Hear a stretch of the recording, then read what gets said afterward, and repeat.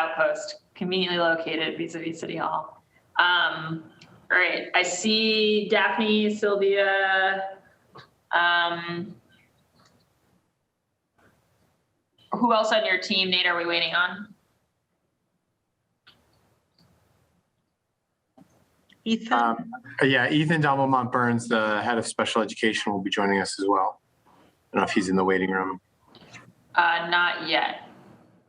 I've got a Porsche Paulding in the waiting room. Is that somebody DPS or? Yeah, she's on Iep Team. Okay, great.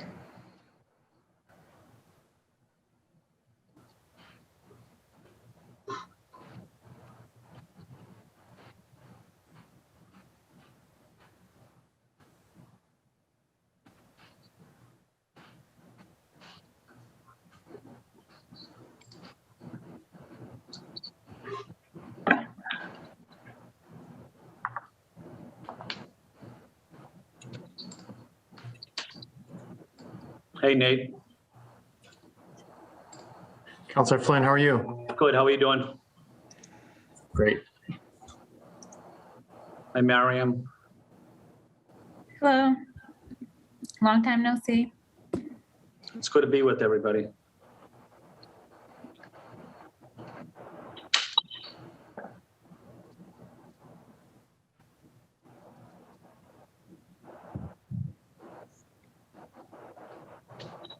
Okay, so we're just waiting on Ethan and Eva. Ava Mitchell will not be joining us this afternoon, so we're just waiting on Ethan. I do have a message into Ethan, so trying to track him down for you. Here he is. He's just appeared. You can stop your tracking. So once Megan says something, we have I was options going to too. say, once Megan starts moving. That's right. We're learning. Okay, all right, then, Chief, are we ready to go? Okay, great. So we got plenty of ground to cover. So calling this hearing of the Boston City Council's Ways and Means Committee to order. For the record, my name is Kenzie Bach. I'm the District 8 Councilor and also the Ways and Means Chair. This hearing today is being recorded and live streamed at boston.gov/city-council-tv. It will also be broadcast on Xfinity Channel 8, RCN Channel 82, and FiOS Channel 964. It's part of the budget review process, which is about 35 working sessions and hearings. We've got a whole bunch of those with BPS, and of which this is one. And we do look for your participation as a member of the public. So you can send us an email with your testimony at ccc.wm. That's ccc.wm@boston.gov. You can also go on boston.gov/council-budget to see when all the hearings are. And if you go to boston.gov/budget-testify, you can find out how to come join us here in the Zoom room and testify at the end of the hearing. You can also upload a video on that website, which we can then play at the conclusion of the hearing. And we'll have 2 dedicated public testimony hearings that are just about you and your testimony, no presentation, and at 6 p.m. so they're more convenient for folks in the evening. Those are on May 25th. There's one focused on BPS, and on June 3rd, one that's a catch-all for anything about the budget that you want to talk about. So we do hope you'll get involved. You can also informally tweet us your questions, comments, using the hashtag BossBudget, BOSBudget. Today's hearing is on docket 0524 to 02526, orders for the FY22 operating budget, including annual appropriations for departmental operations for the school department and for other post-employment benefits. Docket 0527 to 0528, orders for capital fund transfer appropriations. Dockets 0529 to 0531, orders for the capital budget, including loan orders and lease purchase agreements. We're focused today on BPS Commitment 1 in their strategic plan, which is eliminate opportunity and achievement gaps. And we're in sort of the second part of that focus. So this morning we talked about wraparound services, social and emotional learning, mental health supports, a whole bunch of things. This afternoon, we're going to be focused especially on the specialized academic supports. So inclusion, special education transitions, ELL, our bilingual education plan, and also talk a bit about sort of tutoring, vacation, summer programming. We're joined by BPS's Chief Financial Officer, Nate Cooter, the budget director, Miriam Rubin, the superintendent for special education, Ethan Doublemont Burns, Daphne Germain, our assistant superintendent of the Office of English Learners, Sylvia Romero Johnson, our chief of academics, and Megan.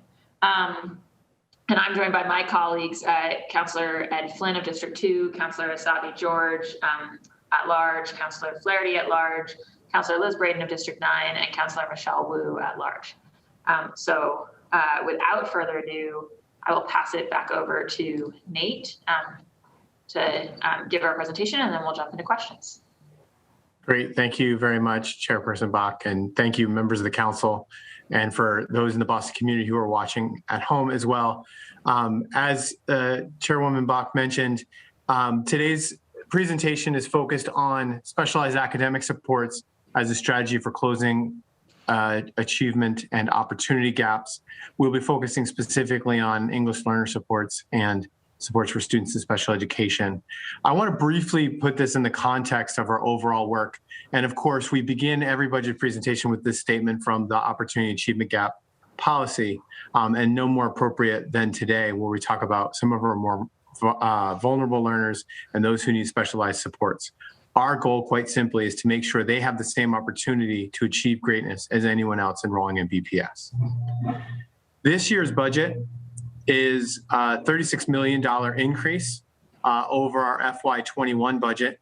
We are extremely fortunate to be able to benefit from continued investment from the City of Boston at times when other municipalities are having to use federal funding to backfill lost revenue. 100% of our new investments are going to supporting students, and this is part of a 3-year, $100 million rollout of new investments in BPS. So FY22 is the second year where we're receiving this, and again, I cannot express appreciation enough for our partners in the city. This is one slice of our overall investments. We are very fortunate to be able to have funds so that we can target supports and services to students. We know that the pandemic has had a disproportionate impact on our English learners, on our students in special education, on our historically marginalized populations. Recovery will be difficult, but we have the resources that we need across general funds, federal funds, and aligning our capital funds budget to make sure we meet these students' needs. The next slide provides an overview of the federal funds that are coming in addition to the general funds. We have ESSER Part 1, or what has been referred to as CARES Act funding, which was part of this year's FY21 budget, as well as the city allocated an additional $23.2 million. Among other things, this helped fund the rollout of one-to-one computing.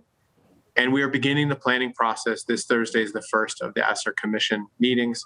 We'll have a public engagement around how we should use the ESSER funds to change the trajectory for students and help our district. The pandemic has also had an impact on the system overall, and this was a topic of the hearing this morning where we talked about enrollment declines and the need to support our students.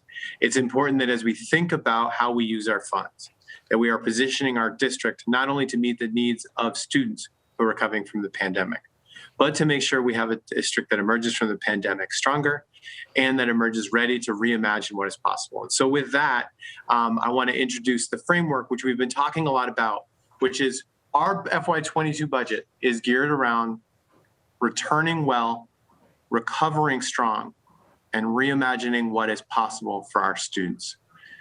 We need to make sure that we are prepared to support students in this recovery and to not just come back as a district that we were, because for too many of our students, and this is particularly appropriate for our conversation around achievement and opportunity gaps, but for too many of our students, the district was not working for them before the pandemic.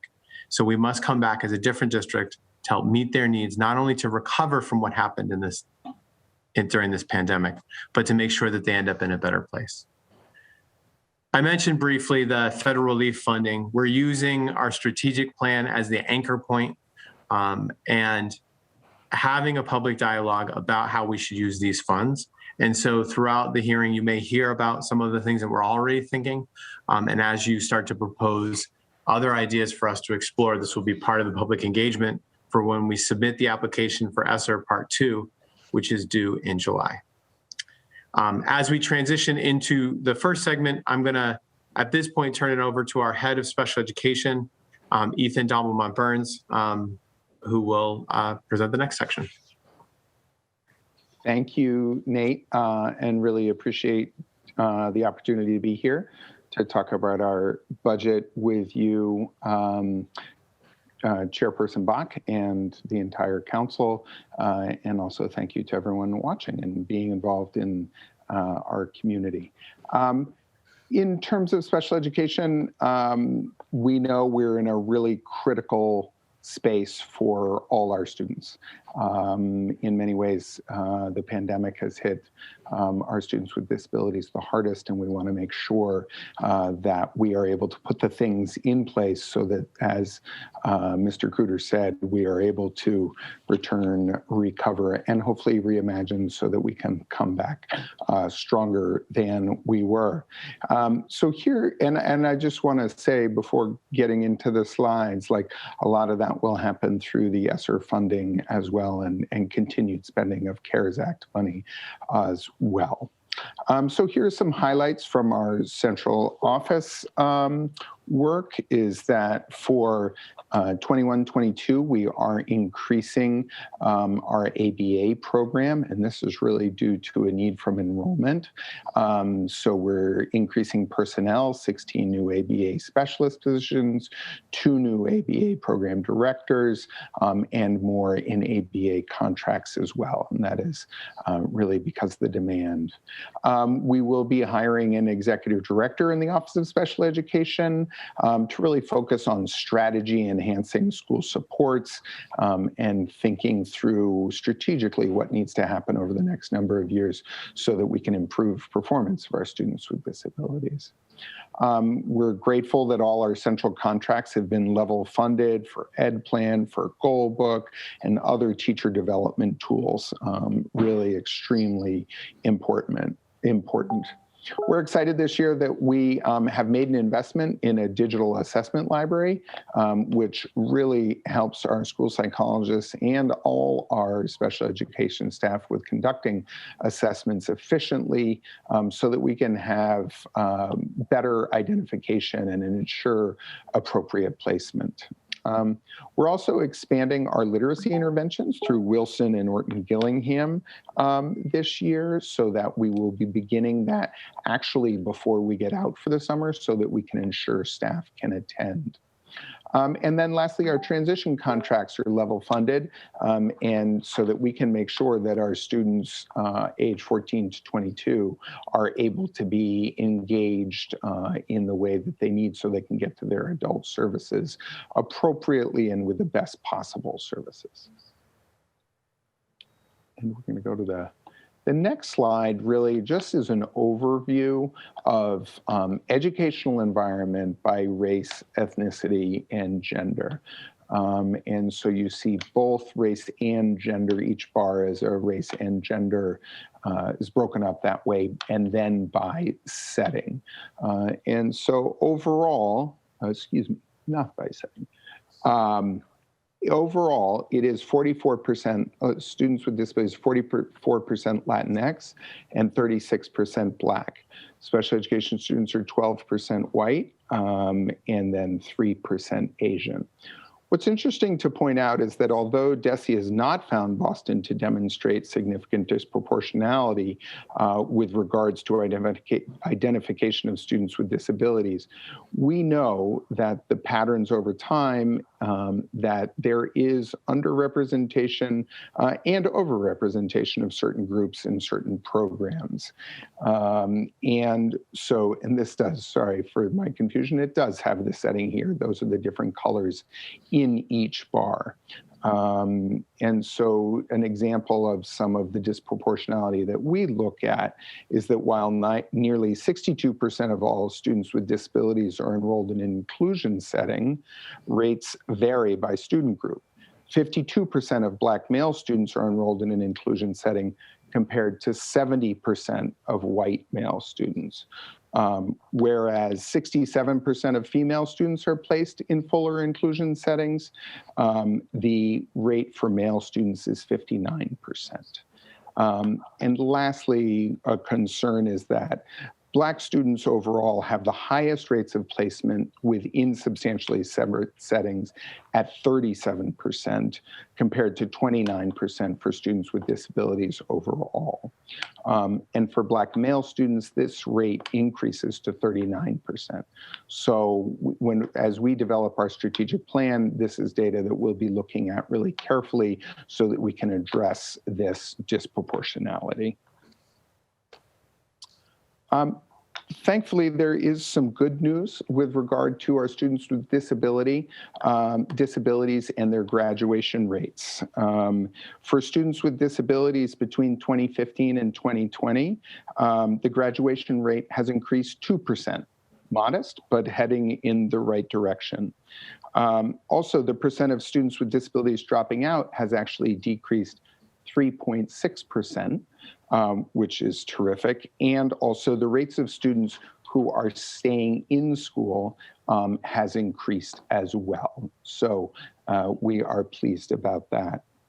And I think that we also want to highlight that the all students has increased by 2.5% in that time. So those are some highlights on graduation. I know that there's a lot of conversation within the community with regard to inclusion, which is wonderful. We know that we do have too many students in substantially separate settings and not the appropriate placement. So we want to make sure that we're moving towards inclusion and also making sure students are in the appropriate placement. And I really want to highlight this piece that in 2015 and 2016, the graduation rate for students in full inclusion exceeded the district rate. Okay, that's really exciting and is a testament to the power of inclusion that the graduation rates for students in full inclusion is so high. Okay. Also, the percent of students aged 6 to 21 in full or partial inclusion settings has increased from 53% to 64% over the past 10 years.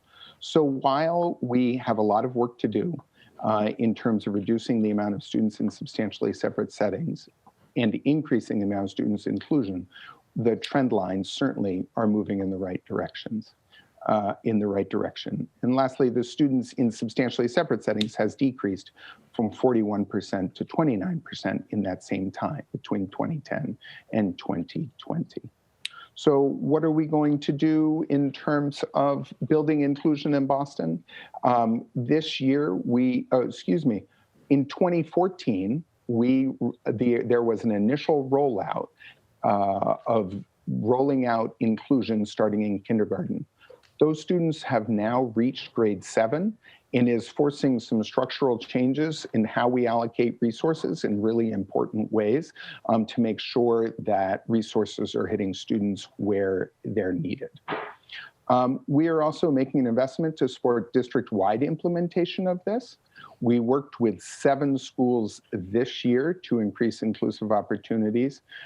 And next school year, we will be increasing that cohort to about 15 schools to work with to increase inclusion in those schools. So, and with that, I think I'm turning it over to Dr. Romero-Johnson. Dr. Romero-Johnson. Thank you. Good afternoon, council members. Thank you for having us. I will go into the next stage of recovery and talking about academic acceleration and summer learning. Our aspiration for this summer is that every student will have a plan that includes academics and enrichment opportunities, as well as employment for our high schoolers that seek meaningful internships with our industry partners. Over the years, our team has created innovative and responsive programming. Yet last year, we pivoted to the remote format and added a significant focus to both the cultural and linguistic relevance in our curricular offerings and a laser focus on priority academic standards. We've addressed the need to have a focused grade level curriculum and assessments and ensuring an intentional instructional bridge between the spring and fall. For summer learning, we are excited to be offering programs for over 16,000 students in July and August. And we have increased our capacity, our overall capacity, as well as the social emotional supports for our students, included embedded training for teachers to support student needs, as well as social workers and school psychologists for tiers 2 and 3 support. Students will have an opportunity to experience hands-on learning and enrichment in person, or can opt in to join remote program if they choose, depending on the program. Next slide. This slide shows a breakdown of the different offerings by number of seats. And then the next slide. This is from last year. Student demographics last summer was representative of our district student population, with our students, Black students, making up 38% of the overall enrollment, 44% were Latinx, 8% were white, and 6% Asian. And 44 and 40% were either students with IEPs or English learners, respectively. I will now pass it on to my colleague, Daphne Germain, Assistant Superintendent for the Office of English Learners. Thank you, Dr. Romero Johnson. Greetings to all elected officials, committee participants who are watching. For this part, I want to frame how I'll be sharing the updates over the next 3 slides. I will be reporting on how OEL invested the fiscal year 21 funds, how we are reimagining the department, and what our priorities will be for fiscal year 22. During the COVID pandemic, the Office of English Learners had to quickly reimagine how to support an already marginalized student population and community. With the funds allocated to us last year, we invested in the purchase of talking points and rolled it out to all schools. Talking points allowed schools to communicate directly with students or parents in their native language. As teachers text in English, the parent is able to receive the message in their preferred language, be it Spanish, Haitian Creole, Cabo Verdean Creole. From September 2020 to April 2021, BPS teachers, administrators, and families have sent over 2 million text messages. 77% of our BPS families have engaged with talking points. School administrators between September and April have sent 10,000 individual messages, over 2,800 announcements reaching 27,000 families. Added to the investment of the online platforms to help students stay engaged, OEL purchased Nearpod and Newsella to help create student-centered virtual platforms for our EL students, and launched a virtual multilingual library as part of our commitment to bilingual resources available to students to celebrate their language and culture. In the midst of the pandemic, we successfully opened up in partnership with the Burke and the Cabo Verdean Center for Applied Research a heritage course and expanded the Haitian and Vietnamese dual language programs.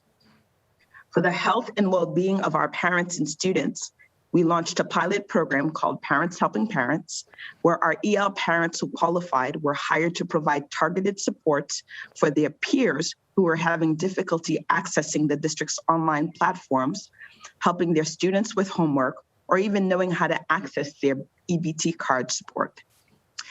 Throughout the year also, we celebrated with them by providing them moments of joy through virtual celebrations of their language, culture, and history.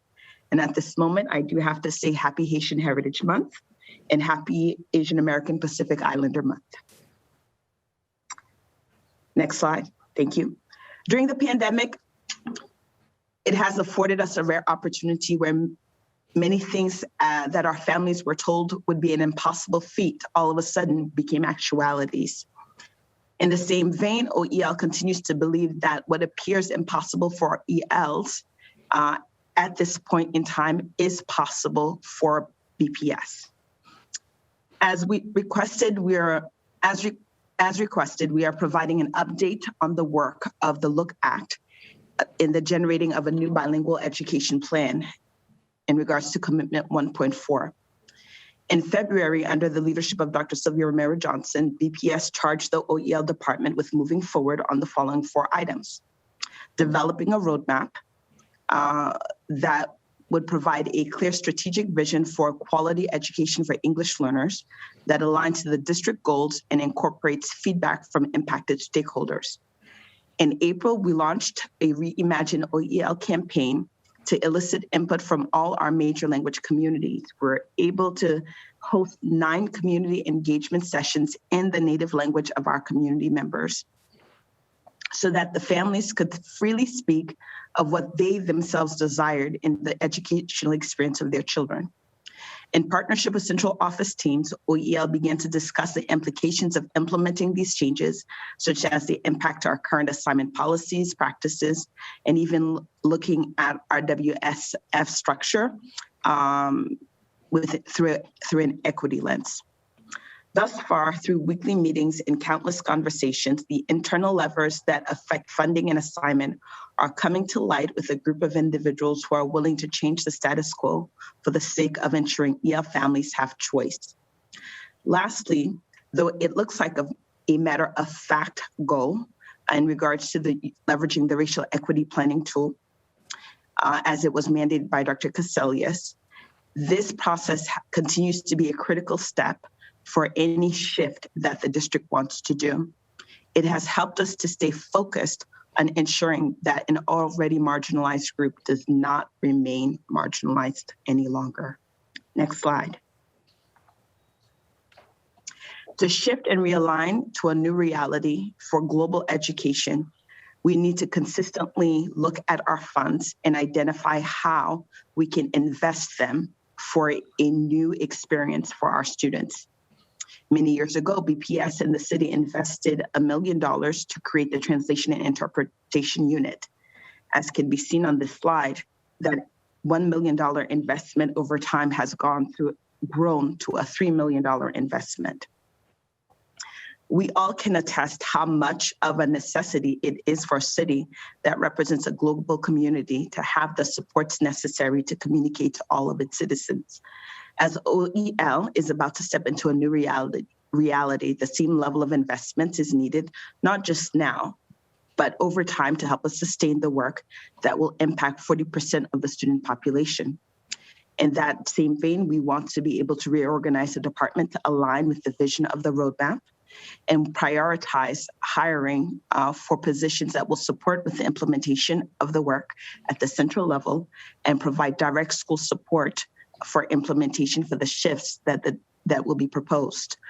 As well as shared earlier on, we want to ensure that we are able to develop instructionally sound bilingual materials and assessments for the various languages where communities have requested additional programming. At this time, I turn it over to Nate. Thank you. Thank you. We just wanted to close by pointing out that all of the information that is being presented today will be posted on our website, translated into the 9 major languages for BPS students and families, as well as more information about our any presentations we did to the school committee and information we post online about our budget. This is the 4th hearing out of many. I don't think I've had the opportunity to edit this calendar since Chairman Bach pointed out that there is another hearing for public testimony on the BPS budget, which we'll be adding to all of our calendars going forward. But please be sure to tune in to learn more as we go through the rest of our strategic plan. With that, I will turn it back over to the chairwoman for questions. Great. Thanks so much, Nate. And since we only had an hour between the 2 hearings, I think that's fair. I wanted to note that in addition to the colleagues I read earlier, I was also joined early on in the presentation by Councillor Andrea Campbell, District 4, Councillor Matt O'Malley, District 6, and our President Pro Tempore, and Councillor Julia Mejia at large. So I'm going to jump straight to questions. I'll defer mine again to the end. So starting with Councillor Flynn. There he is. Yes, Councillor Flynn, you have the floor. Thank you. Thank you, Councillor Bach. Thank you to the BPS team that is here. I guess my questions or comments are regarding the support for students with learning disabilities. I know that parents have been advocating for learning methods such as Orton Gilligan in BPS for students with dyslexia.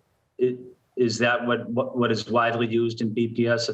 If I have the right name, Orton Gillingham in BPS. Do we have any background on that?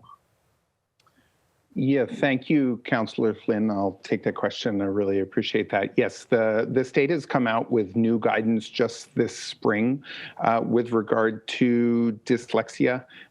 We discussed this briefly in the slides, which was that we are increasing the amount that we're spending on making sure that our staff have the training needed in Orton, Gillingham, and Wilson, which are rules-based reading interventions. We're actually doing something different this year, which is we're doing the training before the year ends so that hopefully we can make sure we get more teachers trained in that so that we don't have to be volunteers over the summer. So we hope that that will increase our expertise in the district in implementing rules-based reading. Thank you, Ethan. I had an email from a parent was asking me, what type of assistance are we providing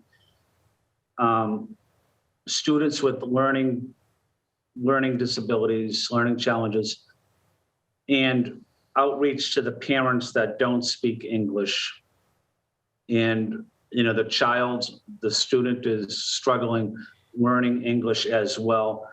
But what is the overall strategy of working closely with the parent, with the child, to make sure we're providing the right resources and support for that student and family member? Yeah, thank you, Councillor Flynn, for that. And I may ask Dr. Romero-Johnson or Ms. Germain to chime in as well, but certainly our Ls with disabilities, so our English learners with disabilities, are unfortunately, one of our lowest performing students when it comes to academic achievement. And so it is incumbent on us to work incredibly hard to make sure that they have the language access needed to get the resources that we can provide to them. So a lot of this rests on, translation and interpretation, but not only that, it also rests on community engagement and really being relentless in reaching out to them and making sure that families have what they need. As Mr. Germain said, we've been using talking points for translation. I know a lot of coordinators, so team facilitators, use that to make sure that we're getting to the families as much as possible. We also make sure as we have translators at the team meetings themselves. And then I think we also know that we have some work to do in terms of making sure that we have the expertise in the district in terms of identification and understanding the difference between what is actually a disability and what is learning a language, and that we have some work to do in that area, and we're going to engage in that as we move ahead. And to support with with Ethan's response, as he identified, for many of the interpreters who are working within the special ed component, many of them go through training to make sure that they understand the vocabulary and are effectively interpreting for parents. We do receive a lot of feedback. Parents and community advocates who participate in the IEP meetings are able to give us feedback on the experience with the interpreters so that we can adjust. And as Ethan identified, also part of the work we're doing within the roadmap development for the shift in bilingual programming is looking at how to provide access to bilingual special education for students who would qualify for that. So making sure we have the right type of staffing who can speak the languages of the student or the appropriate supports necessary for the students throughout the day. Thank you. Thank you.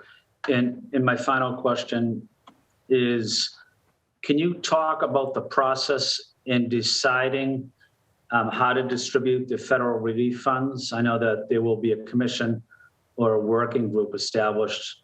What will the membership be like? I know I recommended a parent on the board. I received a letter from the superintendent saying that a parent would be on the board. So thank you for that. But how is the money going to be spent? Who decides where the money is going to be spent? And what input will the public have, or will parents have, or will advocates have? Yeah, great question. And thank you for the opportunity to kind of clarify around the ESSER Commission. Their first meeting is going to be on Thursday in the evening. Those are all public meetings, and we'll also have public comment. The goal is to make sure that we are listening to the community and hearing feedback on how to use the ESSER funds. The goal is to put together the proposal for the application, which is due at the end of July. In terms of how we're thinking about structuring the spending, of course, part of the requirements of the 20% goes directly to students and academic recovery. But there's a lot of flexibility in how we use the funds. And that's why we've been talking so much about what it means to reimagine the district. As part of the commission, we'll be talking about both what are the needs that the community recognizes, what are the needs of our students and schools. How do we structure the spending over time? We have 3 years to spend the $400 million, so that allows us to sort of smooth the spending over multiple years and not ramp up too much spending. And then because this is a budget hearing, I'll go ahead and put in a plug. We really need to be thinking about the long-term sustainability. If we were to use this to ramp up staff and build new programs without a plan for sustainability, we could be creating a fiscal cliff for us as a district. And so those will be the part of the public process. You should invite people to attend the ESSER Commission. Let me try that again. Attend the ESSER Commission meetings and provide their feedback to us. Thank you, Nathan. That's good information, but who makes the decision on where the money is spent? I want to know who the head honcho is of who makes the decision. That's the person we want to talk with to make sure that the money is spent equally. So who is that person? Yeah, ultimately, I believe that the superintendent will be, finalizing the application in consultation with the ESSER Commission, and so, the buck literally stops there. As you know, all federal funding does need to be voted on and approved as an accept and expend from the school committee as well. So, from a mechanics perspective, the school committee will have oversight in terms of sort of approving. And then there's a lot of oversight, again, because we do have to apply through the Department of Elementary and Secondary Education, the State Department of Education, that they will be reviewing our application as well. But as you know, in Boston, there's multiple levels of autonomy, and the way that we allocate funds out to schools and the way that we design programs. And while what we try and do as a district is really maintain equity and be able to monitor across and ensure that we provide resources to the students who need it the most, while also maintaining some flexibility and autonomy for those who are closest to the students, who know their students the best, to be able to do that. And I think as we think about consistency, equity, and achievement, we need to really be looking across the buckets and figure out the best mechanisms. But this is a huge opportunity with $400 million in new funding, but it's also one that we need to be really deliberate about, because otherwise we'll find ourselves not having the outcomes that we need starting this year, but certainly at the end of the 3 years. Thank you, Nathan. Thank you to the BPS team. Thank you, Councilor Book. Thank you, Councilor Flynn. And yeah, I've certainly asked the BPS team also to make sure that the council gets more insight as this commission continues on specifically the money to be spent in the next fiscal year prior to us taking our budget votes. So we're looking forward to digging in a bit more on that. Next up, sorry, I don't have my list up in front of me. Next up is Councillor Asabi George, and then it'll be Councillor Flaherty, and I'll send the councillors the order. Councillor Asabi George. Thank you very much, Madam Chair. And Ethan, if we could just go have a little bit more of an expanded conversation around the sub-separate classrooms and BPS, as this is certainly a budget hearing, and we're talking about planned spending for FY22, so school year 21-22. I recognize that sub-separate classrooms are very expensive, but they are, certainly a needed resource for many of our students. But it does appear that disproportionately we admit or enroll or assign a high number of Black and brown boys in particular to sub-separate classrooms. So I know it was part of your presentation, but if we could just talk a little bit in greater detail around sub-separate classrooms, how do we work to limit those assignments? And how do we make sure that we are truly supporting kids in the least restrictive environment for their academic well-being and achievement?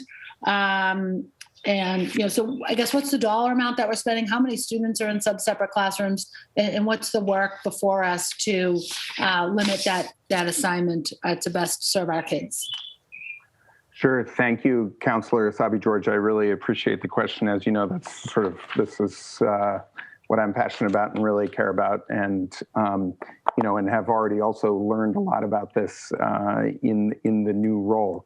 And I want to say, to begin with, what we want to make sure is that students are in the appropriate placement, right? That is the least restrictive environment, is the appropriate placement. And as you noted, sometimes that is a substantially separate classroom, and that is where students can be best served for them.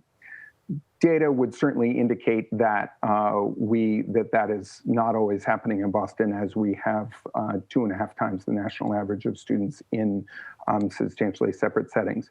We're not the highest in Massachusetts when you compare us to other major cities, but we are extremely high. I'll have to get you exact numbers in terms of the exact enrollment in substantially separate classrooms, but I can tell you that it is 2.5 times the national average and 2.5 times just about the state average as well, and can get you comparative numbers to other cities in Massachusetts also. We, in particular, we are concerned about the assignment of Black and brown boys to substantially separate classrooms for students with emotional impairments. And so that will be one of our 5 strategic goals for the Office of Special Education. We'll be addressing both the identification and programming for students with emotional impairments. I think it's important to point out that this is not that they come from general education classrooms. Those students come from general education classrooms. So part of the solution here is addressing general education supports as well. And so we will be looking at that as one of our goals. Can I just, if I could add to that, just on the budget side, we would have to pull the exact spending. We were just looking at, it's actually not something we report separately. We tend to report our budget based on spending by disability group, not by setting. We have about, as of October 1, about 3,200 students that were in substantially separate classrooms. And there are some groups for whom that is the sort of peak enrollment. And in some groups that is the sort of, as the year grows, we see an increase, most notably the early childhood students. We are projecting level special education programming. In terms of funding, you mentioned that it is more expensive. We spend a lot of money on substantially separate. I would just point out that one of the things that we do in weighted student funding is we fund the students based on their disability, their need, not based on their setting. And so a student who's in a substantially separate on a per pupil basis is getting the same funding as somebody in an inclusive setting. And we do that to make sure students will move into the appropriate setting.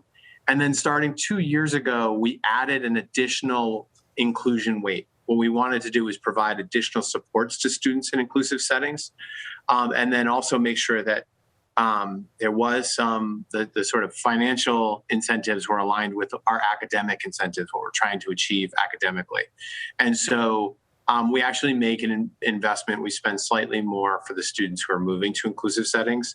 And that is part of, I think, Daphne mentioned this already, talking about looking at weighted student funding across English learners. We're also going to look at weighted student funding across special education to say, what are innovative ways that we can fund to meet the needs of students so that we don't get locked into this setting-based decision-making as opposed to really services-based. And to the extent that I know what I'm talking about, I have to give credit, of course, to Ethan, Sylvia, and Daphne for their patience in explaining it to me.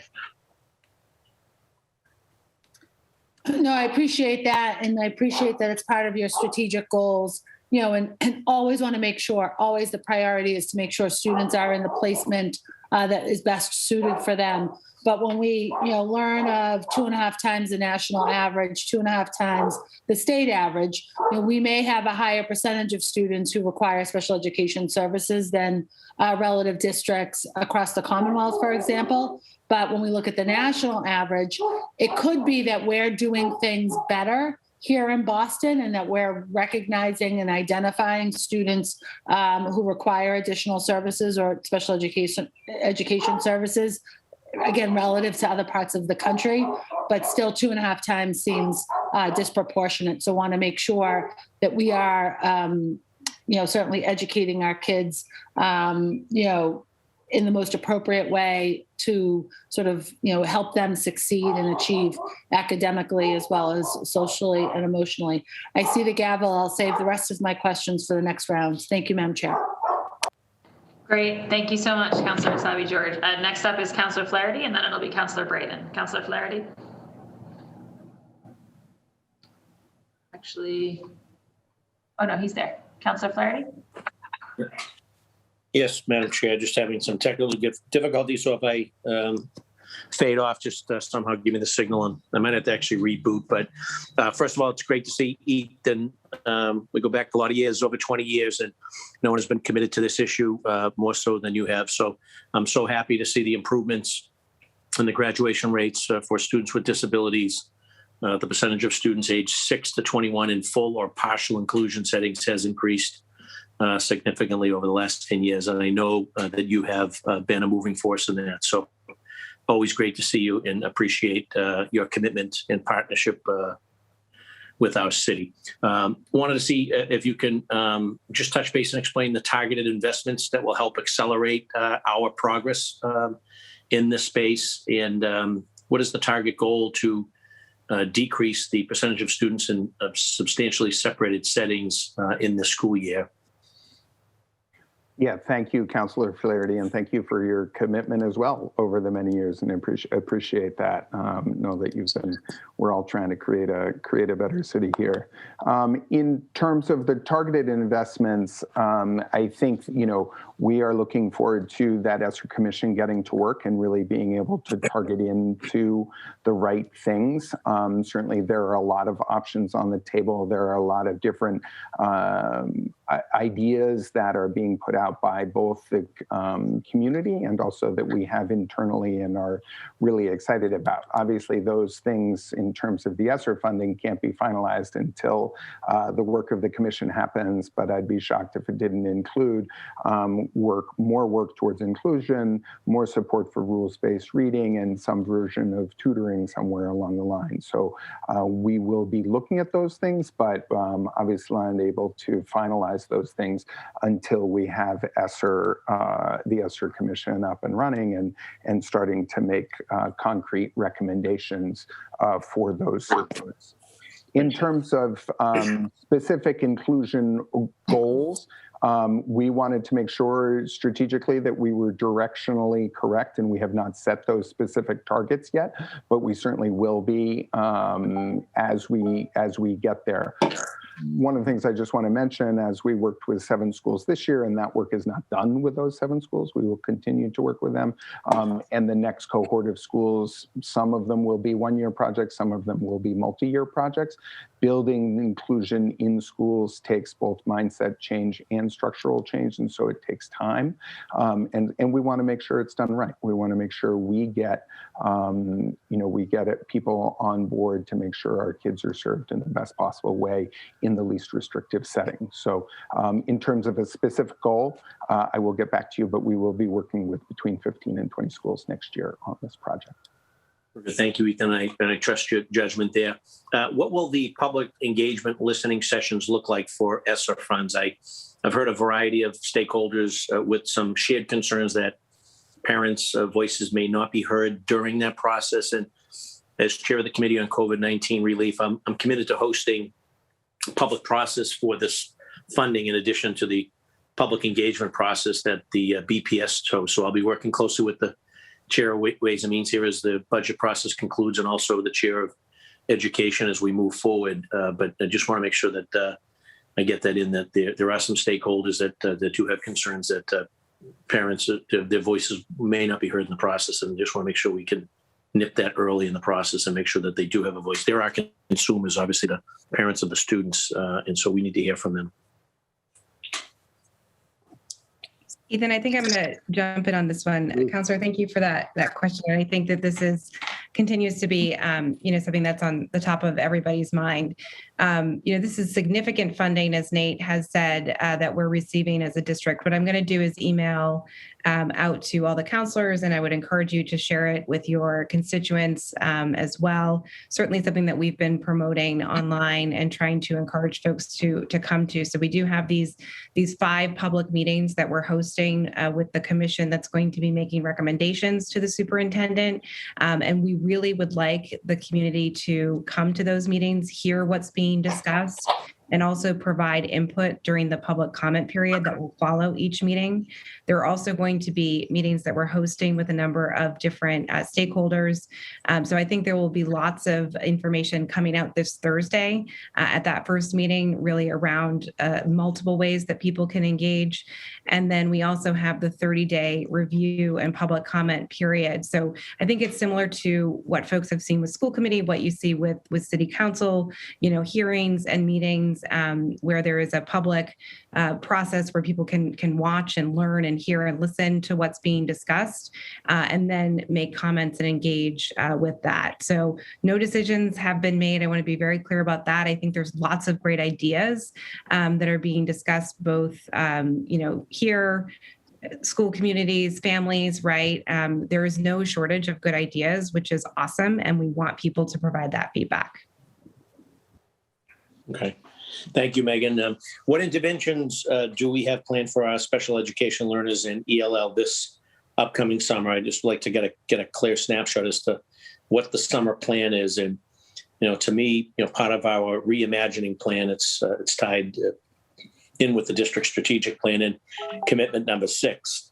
So I guess what are our plans for the summer, and how are we utilizing our partners in higher education and philanthropy and workforce development to help us make this the most enrichful summer for our youth as possible?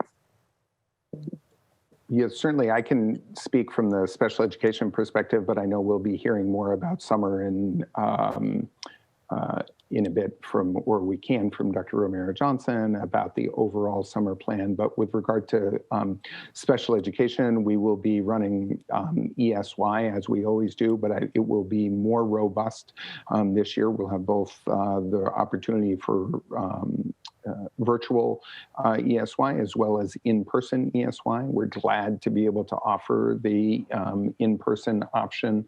Also, we will be laying over on top of ESY compensatory services for those families that have reached agreements. And so there will be a lot of services delivered that way as well that are very individualized and targeted to what the student needs. And those too can be offered both in person and virtually. So logistically and operationally, we have quite a summer, but we do think that we will be able to offer specialized services to the students in the ways that they need. So we're looking forward to that. And if I could just sneak one more question in, what data do we have on our English language learning students in the challenge that they had to face this year due to COVID? Do we have any hard, clear-cut data? Yes, we do have hard data in terms of students who've been impacted. The data that we are tracking are students' attendance, students' participation on the virtual platforms that have been provided. We're actually on Thursday, we'll be launching a task force for school reopening with the very focus in mind of how do we begin to integrate and how do we begin to prepare intervention supports to be integrated into both summer and the academic year for next year for our EL students, looking at primarily students who are at the high school level, who are at risk for dropout, who have low attendance rates, students who may have not participated in any of the district's assessment platforms. Those are the data metrics that we are tracking for our EL population. Thank you, everyone. Thank you, Madam Chair. That's it for this round for me. Great, thank you, Councillor Flaherty. And I do want to note that we were joined a while back by Councillor Lydia Edwards of District 1 as well. Next going to Councillor Braden, and then I think it'll be Councillor Campbell. Councillor Braden. Thank you, Madam Chair. I had a few questions.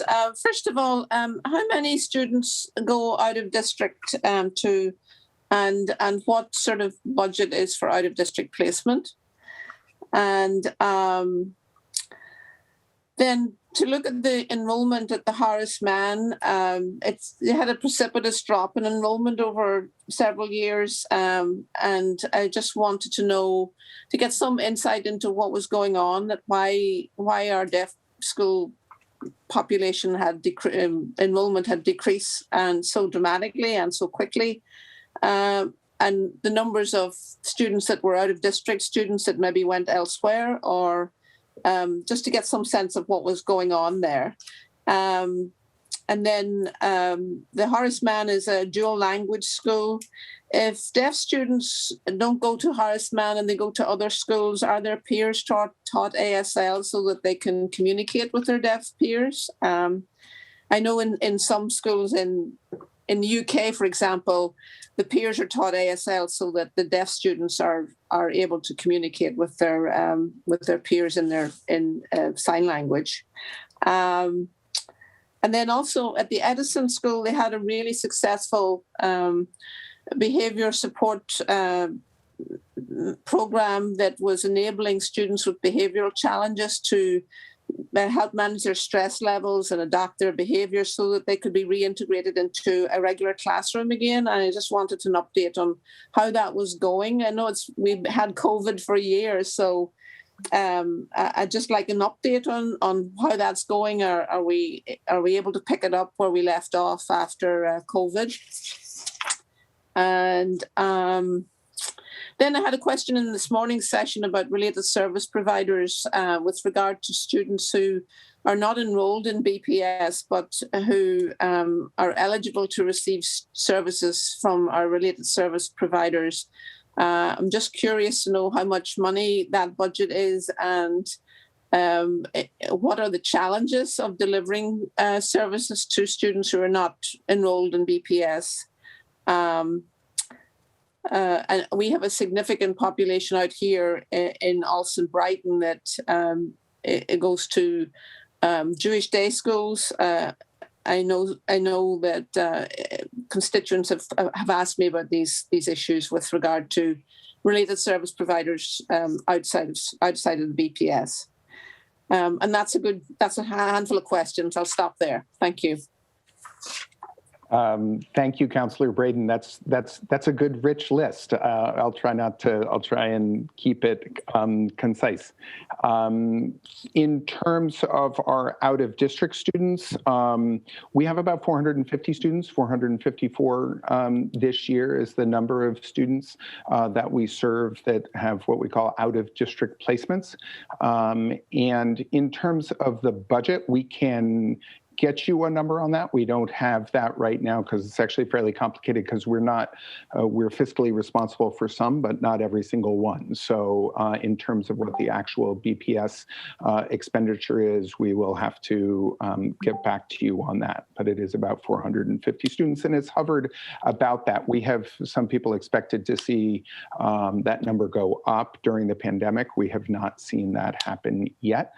So that's actually a good thing. We want to be serving our students within the district, no question about that. With regard to Horace Mann and enrollment, again, that's an extremely complicated question. I think there's a lot of things at play there, but certainly enrollment has gone down over the years, over the past 5 years. I think it began about 5 years ago, if my memory serves me correctly.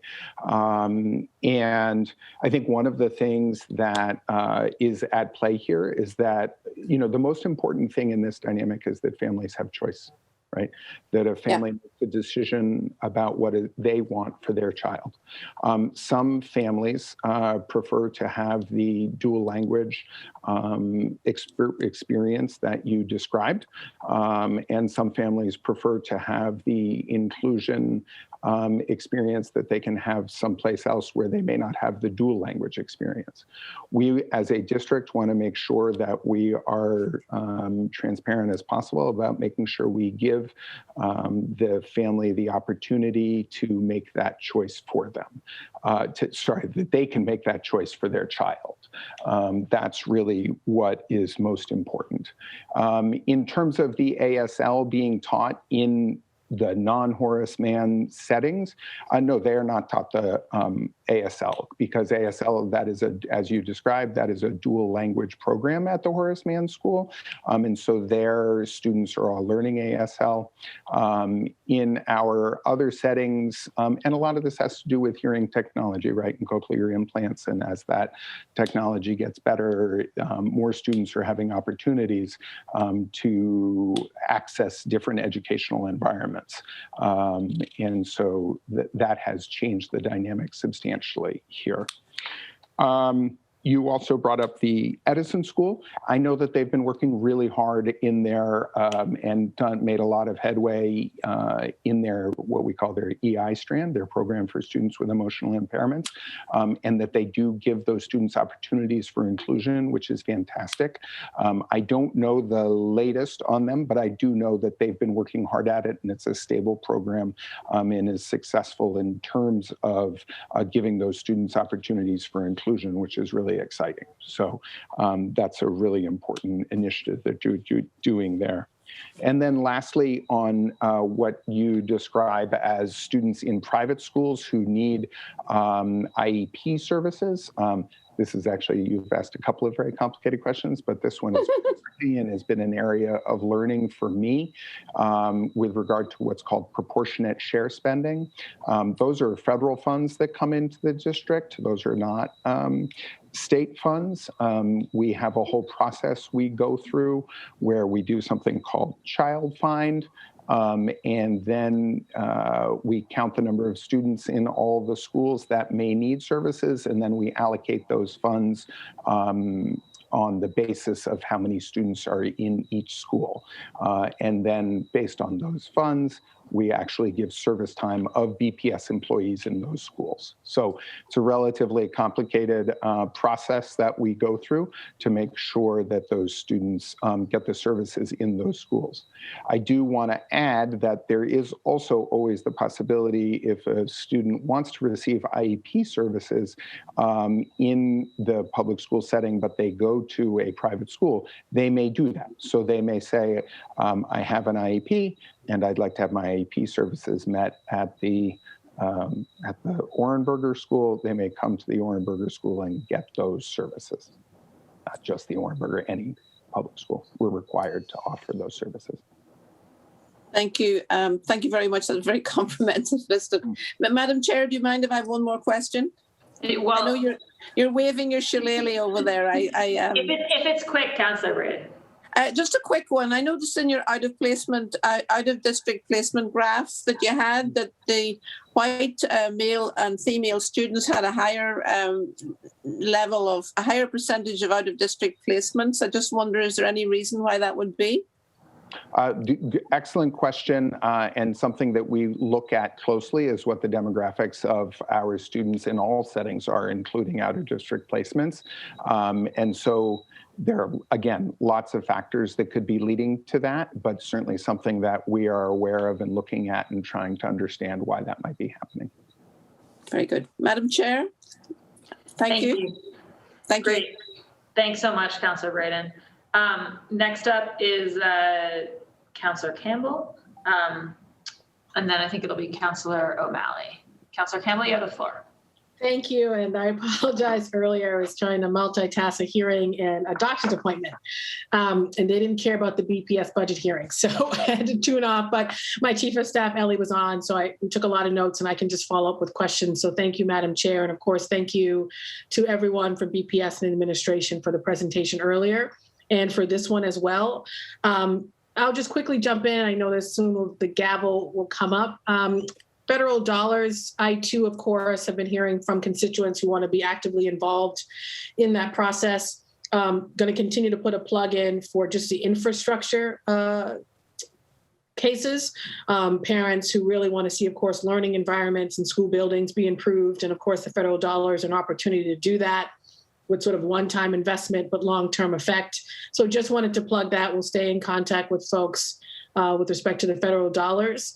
I have some questions with respect to parents and teachers who have concerns about the lack of clarity and the level of inconsistency regarding inclusion classrooms. So Ethan, I appreciate some of the comments you've already made. I know you get this just based on your work in the district. But some of the questions are, what standards are in place for the district's approach to inclusion classrooms? How many different models are there, and how are they distributed across the district? What can we do to better support families who are new to special education to help them navigate the spectrum of options and models that are available? So that's one set of questions. And then the second set of questions have to do with the work of our Office of English Learners. And I know there was a lot of in the presentation on engagement, of course, important planning processes, but can we also have you speak to just where we are in implementing the Look Act and reimagining the Office of English Learners? What's the current capacity and number of staff at OEL? And to what extent is the team in charge of translation, interpretation, versus sort of the broader planning for EL support and, of course, school level support? I would love some more details there, as well as there was a point in the presentation around the shift for K-6 assignments for English learners to increase access to bilingual programming. Can you speak to just a little bit more of what that actually means in practice? Thank you. All right. Thank you, Councillor Campbell. Nice to see you. Appreciate the questions, certainly on inclusion.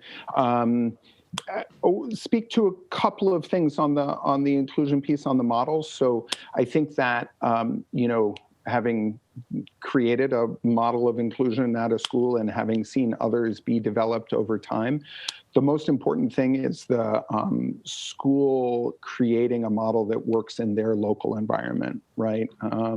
And that it is driven by the IEP services that the students need, right? And that is taken into account. We need to create models that will allow us to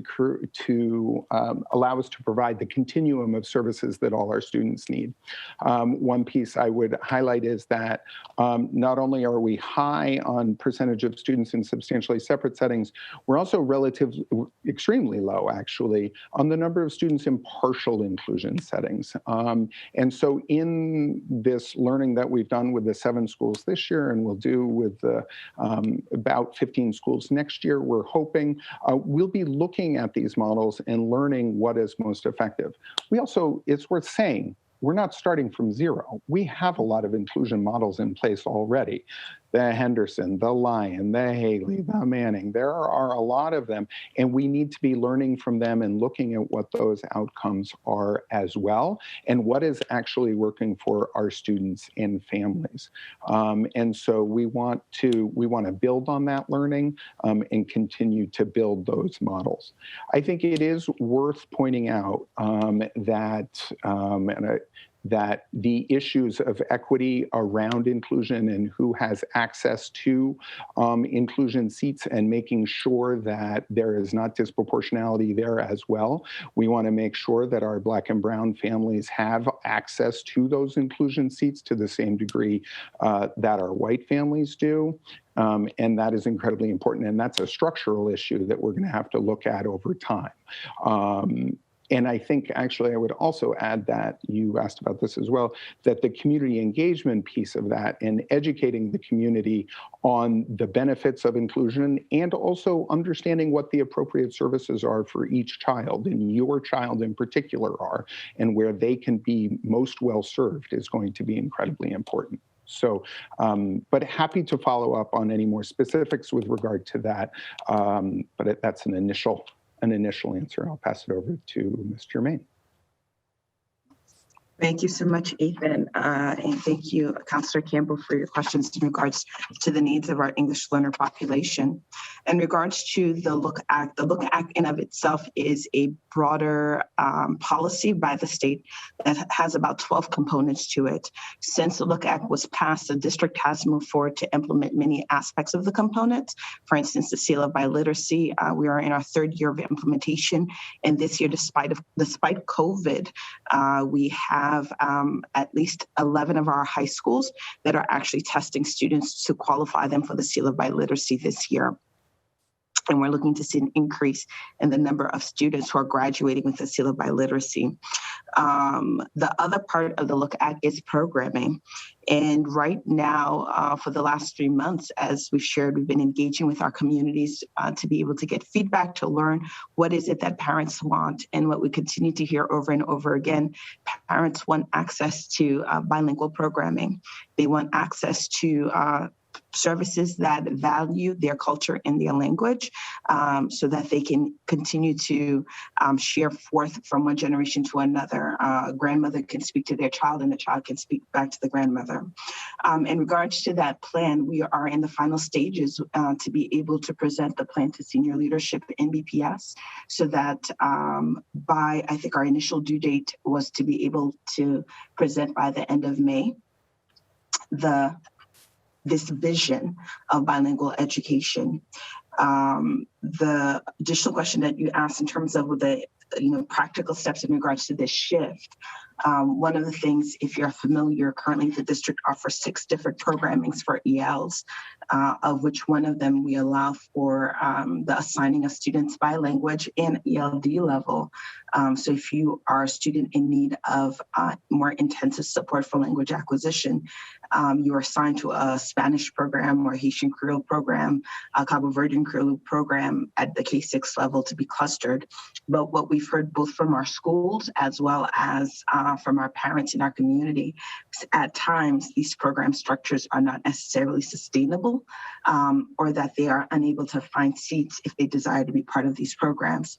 And so what is being proposed is to look at the system in a way where, like general education, that we are able to assign our students to programs without having to limit access, which is a radical shift that will require a different perspective of how we service our bilingual students, not necessarily waiting for them to acquire language, English as a language in order for them to access the general ed classroom, but looking at the general ed classroom in of itself as a place where all students can learn language.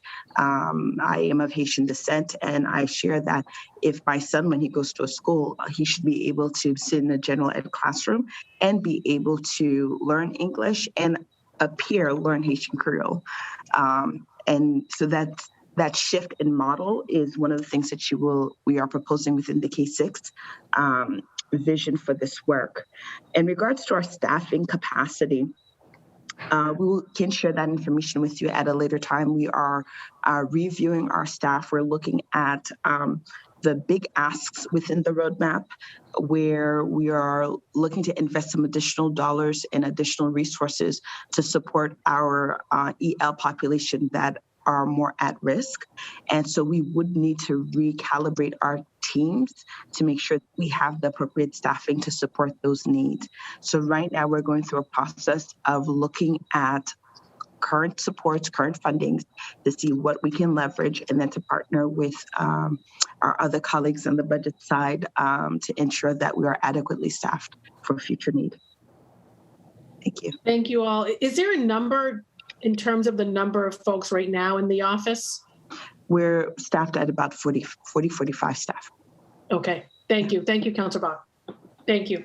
Thank you so much, Councilor Campbell, and we'd love to get follow up on those numbers when you guys have updated. Thank you. Thank you, Councilor Campbell. Next up is, Councilor O'Malley, and then it'll be Councilor Mejia, and then Councilor Edwards. Councilor O'Malley. Thank you, Madam Chair. And also thank you to Councilor Braden, who I don't want this to be lost, but noted that the Beacon Hill City Councilor has a shillelagh. So I am wanted to echo her correct terminology of your gavel, Madam Chair. Great to see you all, Mr. DB particularly. It's great to see you, my dear friend and partner at the mighty Manning School while you are no longer principal, and next year I will no longer be counselor. I trust we have been grandfathered in as judges for the Burger Slam to support that wonderful little school on Moss Hill. Wanted to just begin, several colleagues had mentioned something that I will also mention, which I know you've heard at school committee and otherwise, is the criticism, some warranted in my opinion, that the whole sort of COVID funding committee does not as best represent the BPS community as many of us would like. So I take you all at your word that this is going to be an organization that really helps facilitate some good and honest give and take, and we'll continue to do that. And from my vantage point, I created the COVID funding committee, which will also be an extra set of eyes and direct oversight of that going forward. So I wanted to raise that issue. Next, I wanted to again acknowledge the great work that I think BPS has had to do in such a challenging time. And so I'll get right into it with the question. One question I often ask at this particular budget hearing is the number of sort of unfilled or unclosed, or I'm not sure what the exact terminology is, but IEPs that yet haven't been sort of at least closed in terms of putting the plan in place. They're typically, and to BPS's credit, there's been a better job of making sure that every student that needs an IEP at least gets that initial meeting and some initial services. That must be so challenging when everything is remote. So I don't know, even if this is you or Daphne, can you just talk about, did we see an increase in IEPs this year? Do we have, are there some that we were unable to facilitate well because of restrictions with COVID? If either of you want to jump in there. Please do. I think you're muted, Ethan. Thank you, Councilor O'Malley. I think I get it by now. But also look for Burger Slam and also Spelling Bee. Hope to see exactly. One of the certainly it has been a challenge reaching compliance. There's no question about that. But I think in one regard, we've worked really hard to make sure that families are getting what they need, particularly with regard to early childhood. So we opened up the Endicott building to be an early childhood testing center, and that has allowed us to really make sure that the vast majority of our early childhood students are getting what they need. One of the challenges in the testing piece is lots of families have said we don't want to get tested until we're back in person. So there was a delay there, and we figured out. So some of this was not just like, hey, you didn't do it. It was also like this was family choice. And so we are still catching up with the numbers, but not surprisingly, our compliance numbers probably are not going to be as good this year as we wish they would be. But and I just want to be clear that the question wasn't meant at a criticism in any sense. It was underscoring just a challenge that people may not think of as it relates to returning to school. No, really appreciate that. And really the testing is the piece that is hard, right? And not to get too detailed, but in particular academic testing, which usually the special education teacher does, because they're remote. So they can't just go and pick the kid up and take them down to their classroom and test them during lunch, right? So catching up to the academic testing in particular has been hard. Related services and psychologists and ABA teams have been really excellent about trying to get up as much as possible and keep up, but the academic testing has been hard, which then makes it hard to get to the IEP meeting because you need all the testing to be able to get to the IEP meeting. So it is a complicated set of issues, but I, as well as you, want to credit our entire team throughout BPS for trying to do, their best in a really tough situation.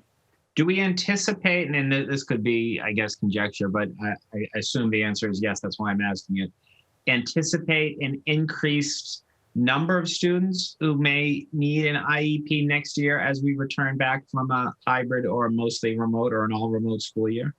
It's going to be very hard to tell because you don't want to label learning loss as a disability, right? And so if there are things that we can do to support students and get them, get the right recovery things in place, then hopefully we won't have to move to an IEP because it's not a disability, right?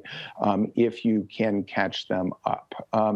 But that obviously can also be a gray area because you got to, families, it gets tricky. So I think it would not be surprising if it happened, but I also want to make sure that we don't, this goes back to the conversation with Counselor Sabi George around appropriate placement. The ultimate goal is to make sure the student is getting the right services in the right setting. And that could be the general education environment. It could be a substantially separate room. And what the services in particular are. So I've seen a couple of, our coordinators have done a nice job reminding people that, look, now that they're back in person, just because they're a little bit behind doesn't mean you automatically need to go through with the testing process. Sure. Let's do some response to intervention. Let's put some things in place, and then let's see how they do. Give it a little bit of time. We need to be patient. I think patience is key, but also obviously being nimble if the needs arrive early on, which I know you share. And I would just argue, and I think the answer is the same as it relates to ELL students, many of whom so much of their proficiency comes with going to a school, eating lunch with friends, riding a bus together, which is something that students have obviously lost out on. So I would think that that's another area, and I'll be candid, I've been, critical of BPS in the past, will be critical of BPS in the future. One thing that I want to ensure is that our ELL students and our special needs students have all the funding and the supports. I know that's something we all agree, but particularly transitioning back into, we hope, fully remote and a much safer environment. So I know you're committed to doing everything you can, your entire team is, so thank you for that. And you may have gone over this in the presentation. I apologize if you did. Have we seen any trends with out of district placement in terms of the number of students? We did. We just reviewed that with Counselor Braden just briefly, but no, the number has not changed dramatically, as you might have expected. We're still hovering right around still hovering right around 450 students in out-of-district placements. It's 454, but we've been as high as 475 over the past few years. So we have not seen an explosion in that. And what's the and just so my colleagues, particularly the newer ones, know, it's an eye-popping number because many students, the per pupil allocation can be in the six figures for something like that. Sure. But what's the money allocated for those 400 and some odd students? So in the issue, we'll need to get back to you on the exact number, because for many of those students, sometimes we are the fiscally responsible and sometimes we're not, depending on who's involved with the total placement. So we actually need to get into the details on that budget piece there. Fair point. And then, but we can expect that, I assume. Yes, absolutely. Yeah. As well. And I would just say on the out-of-district placements, we actually have a surprisingly low percentage given the size of our district. So when you compare us to other major districts, our percentage of students in out-of-district placements is lower on a percentage basis. Sure. And you and I have talked about this before. I think Dr. Carol Johnson deserves a lot of credit for that. She's someone who focused, my first superintendent, get that number low. And then how many out of district students are we serving in BPS? That's something that that's more of a allow you to brag. So there are certain students that we can only service from outside. Do we know that number offhand? I don't. You mean as in like sort of the way we tuition kids into Horace Mann or that kind of thing? Yes. I don't know the number offhand. Horace Mann, I think, has must be about 45 or something like that. I don't know the exact number. But yeah, it's a credit to the programming at Horace Mann, no question about it. Absolutely. Okay, that is all for this round, Madam Chair, and thank you, ladies and gentlemen.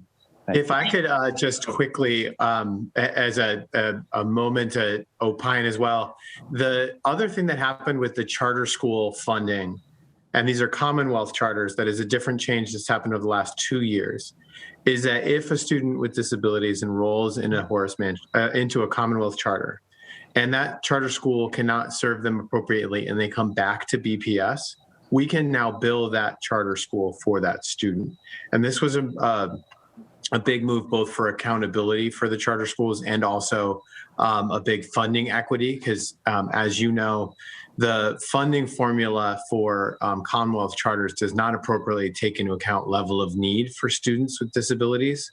And this was a big change. So we're now in the experience where we are in some ways tuitioning in students from Commonwealth charters because they do not have the expertise in programming to meet the needs of students. So I just wanted to jump in on that because it's a moment to brag a little bit about our services. No, I'm glad you did, Nate. And I think not only to your point does it fairly return the money, because of course the money should follow the student, but I would venture a guess you will see fewer number of students leave charter schools to return to traditional public schools. So thank you for bringing up that point. It's an excellent one.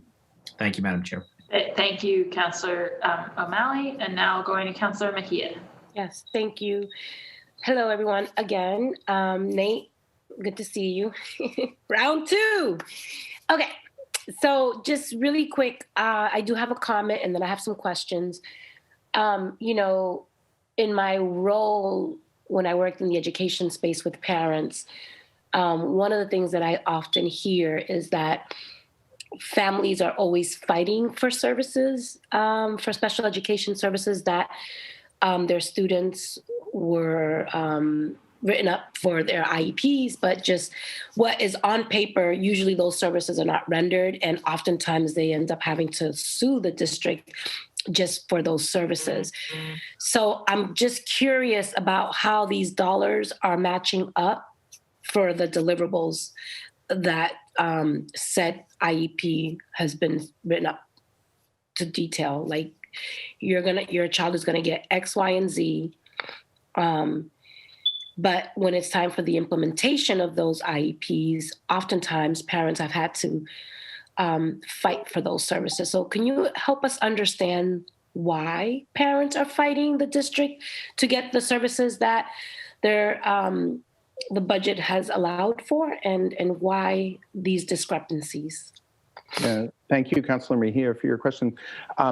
Certainly, we don't want families fighting for services. We want families getting and students getting the right services. I'm not saying it doesn't happen. Of course it does. And we want to limit that and make sure that students students and families together are getting the services they need. And there's a reason it's called the Iep Team. We hope that it's a team that can work through what individual students need so they get what they do. There's no question that there are times when there are disagreements, and one good thing about special education is there are procedures to go through when you get to those disagreements. That being said, it's not a place we want to end up in. And so we're working hard to work collaboratively with our families so that they do get what they need. That's great. And I appreciate that. But that doesn't address the point that we've had families that have left the district because we have failed their students. And there needs to be some level of accountability when we're getting paid for services that have not been rendered. And so I would like at some point for us to have a full audit of how frequent this happens. And I do believe while a lot of these things are falling under education, I'm beginning to see this more as a civil rights issue. And I think that we are on the verge of finding ourselves in, hot water, if you will, if we continue to disregard these services. And I mean, people are leaving our district. And I think we need to be more mindful of that. So let me just go into my questions. So one thing that a number of parents have made very clear, which is what I was talking about, is the critical need to see greater funding for special education. However, we're seeing cuts to SPED, early childhood education, SPED lab, and SPED programs for the physically disabled. What are the reasons for this cut? If there's a need, why are we cutting in these spaces? How are we utilizing the new federal funding specifically to offer support to ELs students and special education students? And I want very details, like as specific as you can be. Would be really helpful. We're seeing a 9% cut to Bilingual Education Administration. Can you talk to us about the reason for this cut? We're seeing a 25% reduction in full-time staff for summer session programming. How are we ensuring that every student who needs it will have access to a quality summer review program? In regards to the Talking App Point, which is a great idea, how many parents are currently enrolled in that program, and what are we doing to expand these kind of services? And how are we thinking about using new technology to reach out to other parents who are historically hard to reach? I'm thinking specifically of our parents who are unhoused. And then I just think it's important for us to really be super mindful that when we're talking about inclusion, we're failing to provide specific guiding principles and standards for inclusion models. Schools cannot do it alone. And so if we don't think about this, we're going to be, continue to be inequitable. So if you could talk to me about that as well. Yeah, I'll just start by addressing the first question about specific plans for English learners and students with disabilities as it relates to ESSER funding. We're not at the point yet where we have the level of detail to be able to provide. Obviously, a big focus of this has been a commitment to do specialized student supports, and in particular, making sure that we have summer programming available to all students who want it. And so the team has been working very closely. They can fill you in on details about that. That will be a mix of federal funding, federal relief funds, and city funds. But at this point, we're still in the initial phases of doing the planning as part of the ESSER Commission. And as Megan mentioned earlier, related to how that commission will work, there will be a 30-day comment period once we have sort of put forth our public proposals on that. For the other parts of the question, I don't know if Daphne or Ethan, you wanted to weigh in on the question. Ethan, I can give you a rest. Go ahead, Daphne. Go. You are on a roll. So thank you. I do have some additional responses for Councilor Flaherty and Councilor Campbell for the questions that they asked, but I'll start with Councilor Mejia. In regards to the platforms, looking at the data, what we're seeing is 77%. So right now, what I can see within the data is a majority of our parents are using the platform, our EL parents. The majority of them are using it through text, 77%, while the other 23% are using it through the parent app that is downloaded. Right now, we have about 27,000 parents who are currently registered on the Talking Points app. You are absolutely correct in terms of leveraging additional platforms to do engagement for our parents. Through our EL parent team, we have, for different communities, we found that they are also coordinating themselves around different apps for communication purposes within the district. For the Chinese community, we use the WeChat. For the Hispanic as well as the Haitian community, we've used WhatsApp to be able to do additional outreach to them, as well as the standard district messenger text that they may receive. But what we find that as parents coalesce around different needs, they form their own community groups. And part of the work for our EL parent specialist is that they are supporting to make sure that the message from the district goes directly to where the parents themselves are congregating. It is easy to set up a meeting and invite them to a session, but it is harder work to be able to go find them where they are at, and we are committed to doing the harder work within the Office of English Learners. Daphne, I'm sorry, because I see the gavel and I still have 3 questions that have not been answered. And I not to cut you off, but I just think that, 7 minutes is I know, Councilor Bach, we try to stay within that time, but there's just so many questions that we have in regards to this budget.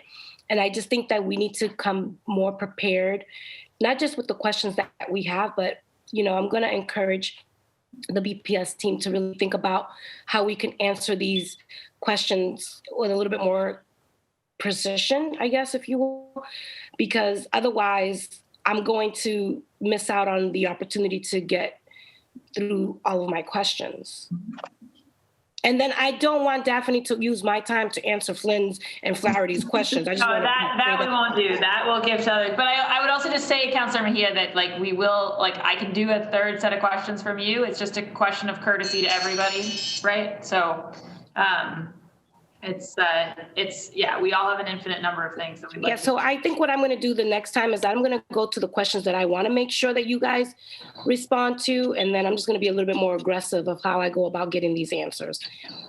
But in the meantime, I'm happy to give a little bit of extra time for Daphne and Ethan to finish with the questions that you did ask.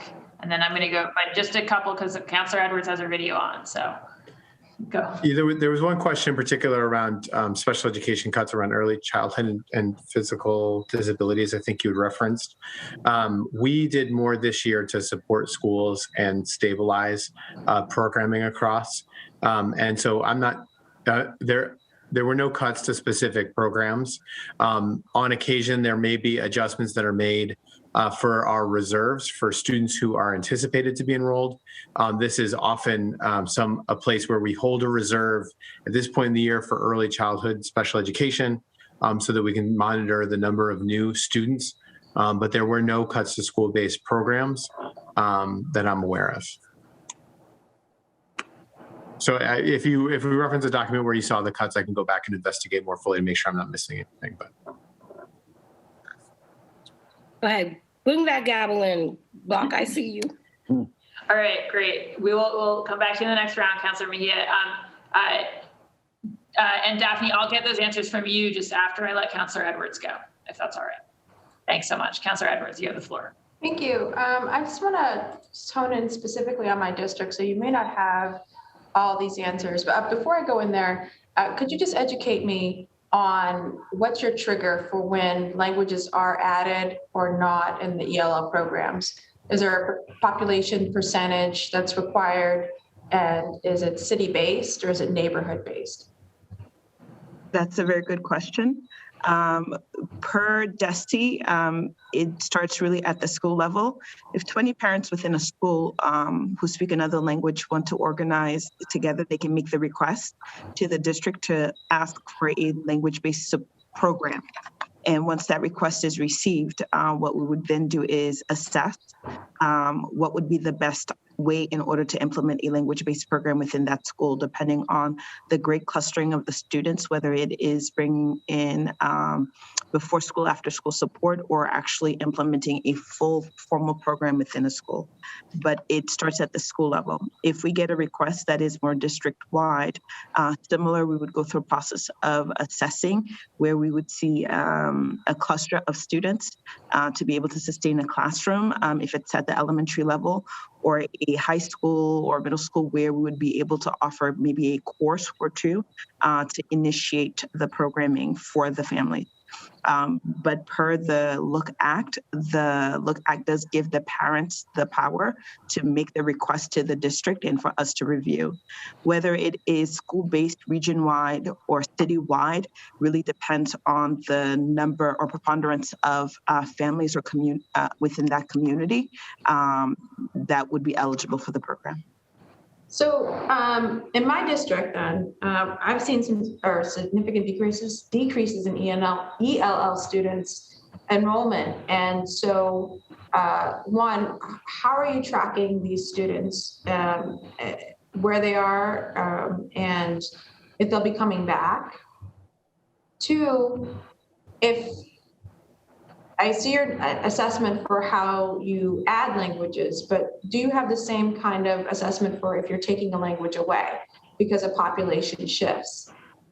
And those resources for that particular group, if they were to leave and go to another school across town where, let's say, Arabic is not as prominent, what happens with the child who no longer lives or is going someplace else?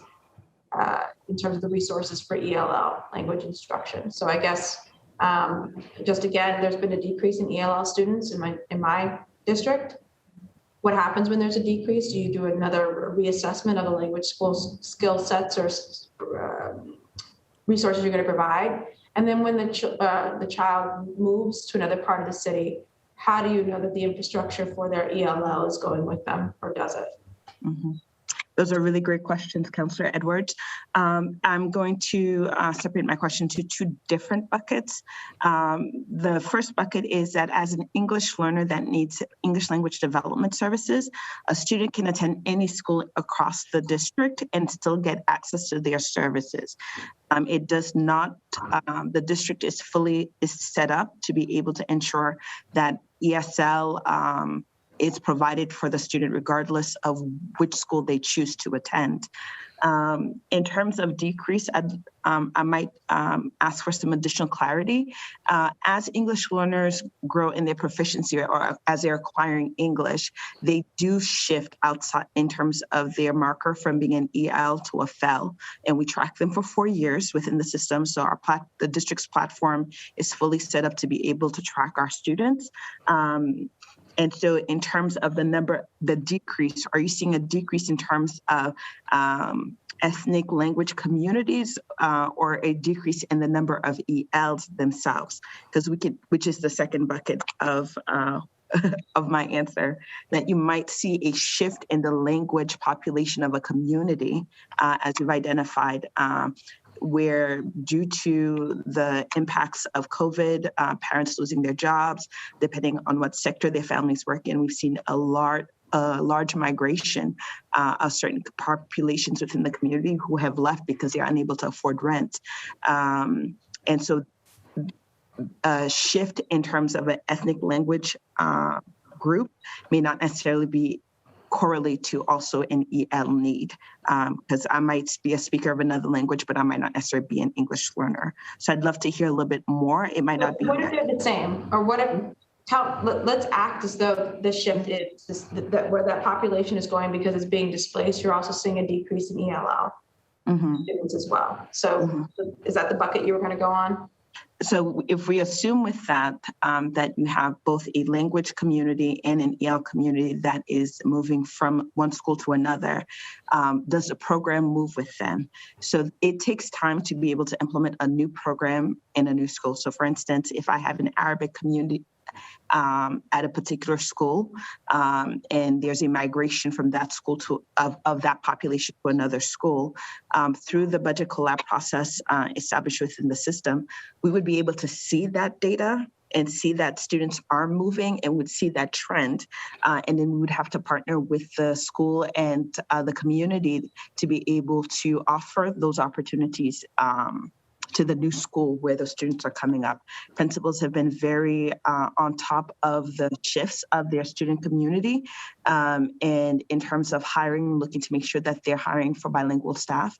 I also want to give a shout out to the Recruitment and Cultivation Diversity team, who've partnered with the Office of English Learners to continue to build up our pipeline to hire more bilingual staff across the district.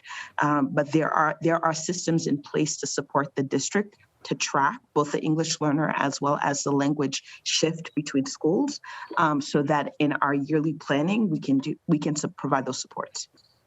So thank you for bringing up the supports specifically for ELL families and parents. What was spent, you may not have this off the top of your head, but for my district, what was spent directly on EL and immigrant parent supports? I would have to defer to the budget team for that. I don't actually have that information broken down by neighborhood. In terms of English learner spending by schools in your district, we certainly could provide that. Are you looking for specifically around parent support services, or are you looking across all English learner spending? No, immigrant parent support services. Yeah, I'd have to go back and work with Daphne's team to identify exactly the services and expenditure and how we allocate it across different schools. That's I bring that up with wanting to know, is there an expected increase in that, and in those support services for immigrant parents, and considering the amount of money that's coming down, what would that increase look like, or what percentage of increase do you see?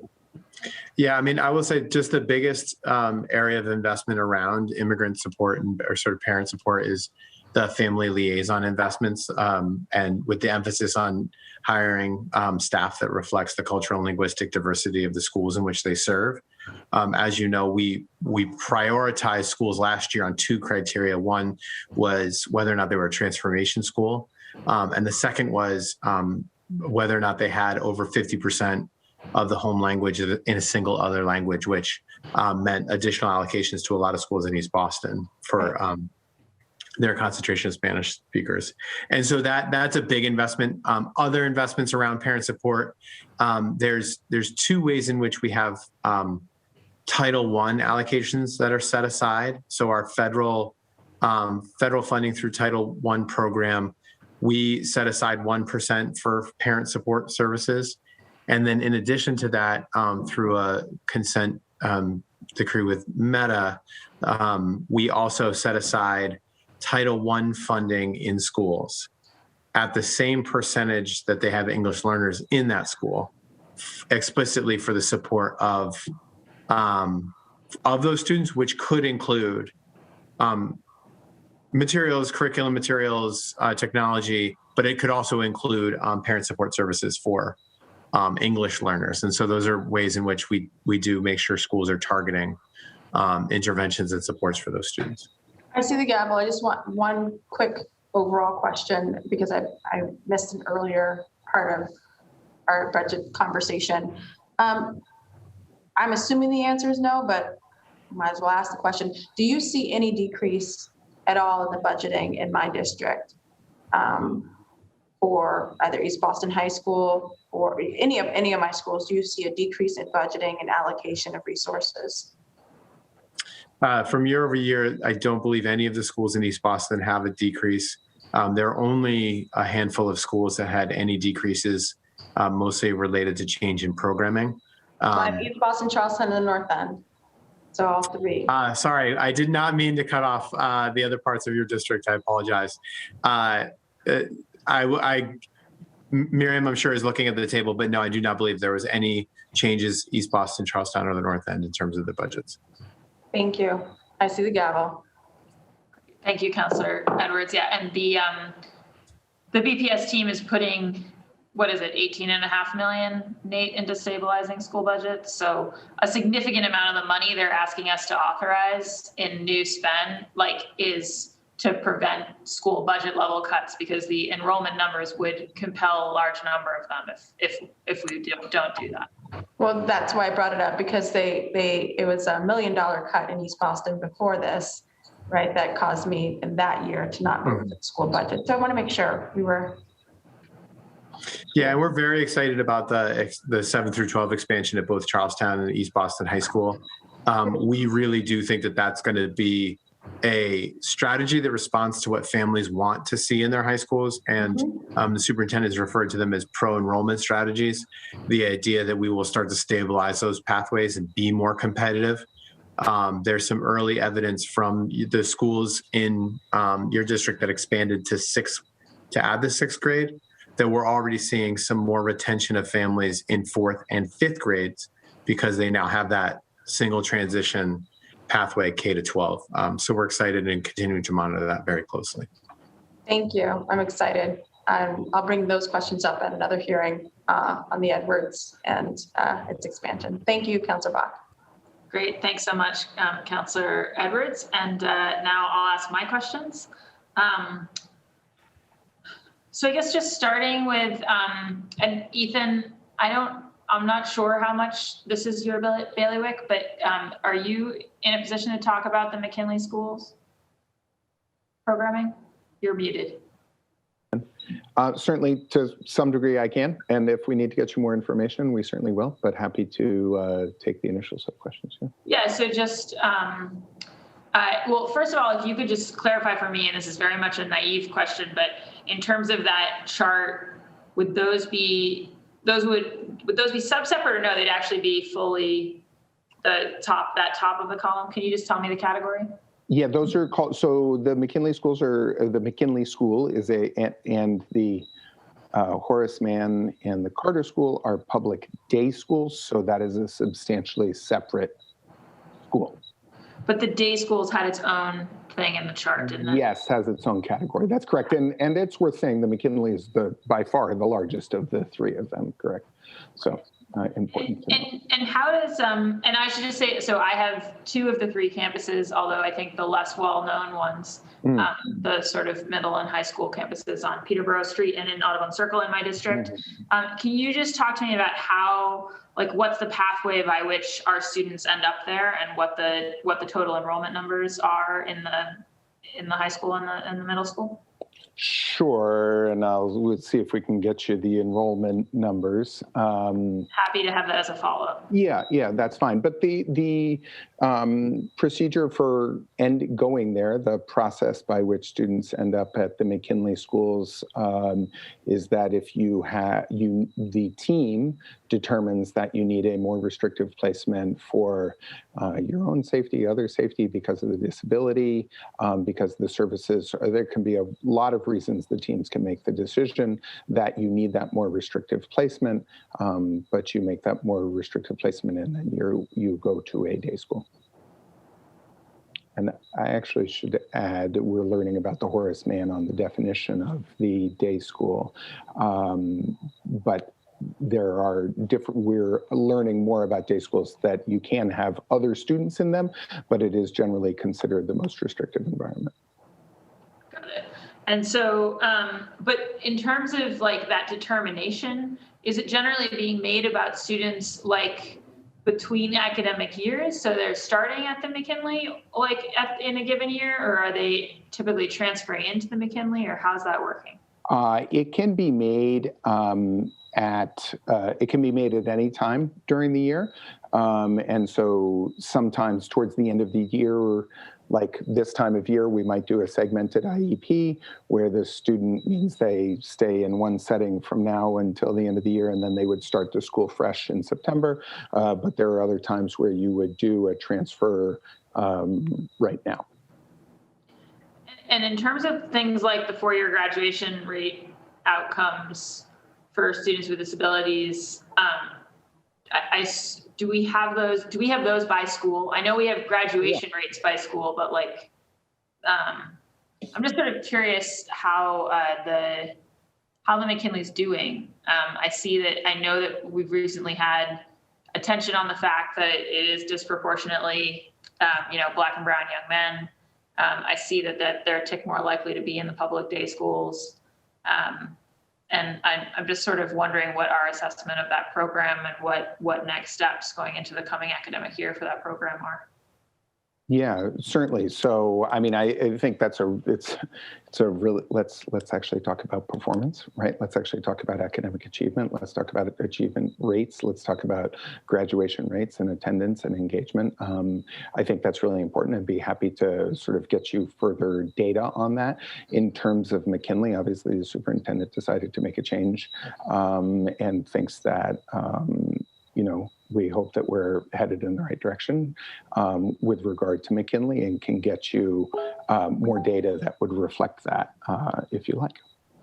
Yeah, that'd be great. I would love a more detailed a report on sort of how it's doing on those academic indicators and in terms of the change we're making, like what that's going to consist of.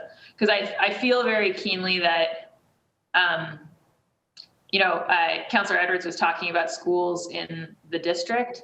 And I think that, although we don't have neighborhood schools in Boston, often our schools that are nearby, especially at the elementary level, they also have parents and families who are nearby. And so there's a natural constituency that talks to us. Mm-hmm. And I feel as though, honestly, I don't think that the parents of the children in the McKinley schools necessarily know that, like, I'm the counselor for 2 of their 3 buildings, right? And then, like, who the other counselor is. And I worry that some of these specialized programs can fall between the boards in terms of our council attention. So I would really like some more 360 data on the McKinleys. Sure, that would be great. We'd be happy to get it. I think a critical piece that you're talking about is community engagement with those families as well, and making sure that they feel like they're a full part of the community, particularly for our kids with emotional impairments, not exclusively to McKinley, but we are starting a program where next week, we're having a meeting with families of students with emotional impairments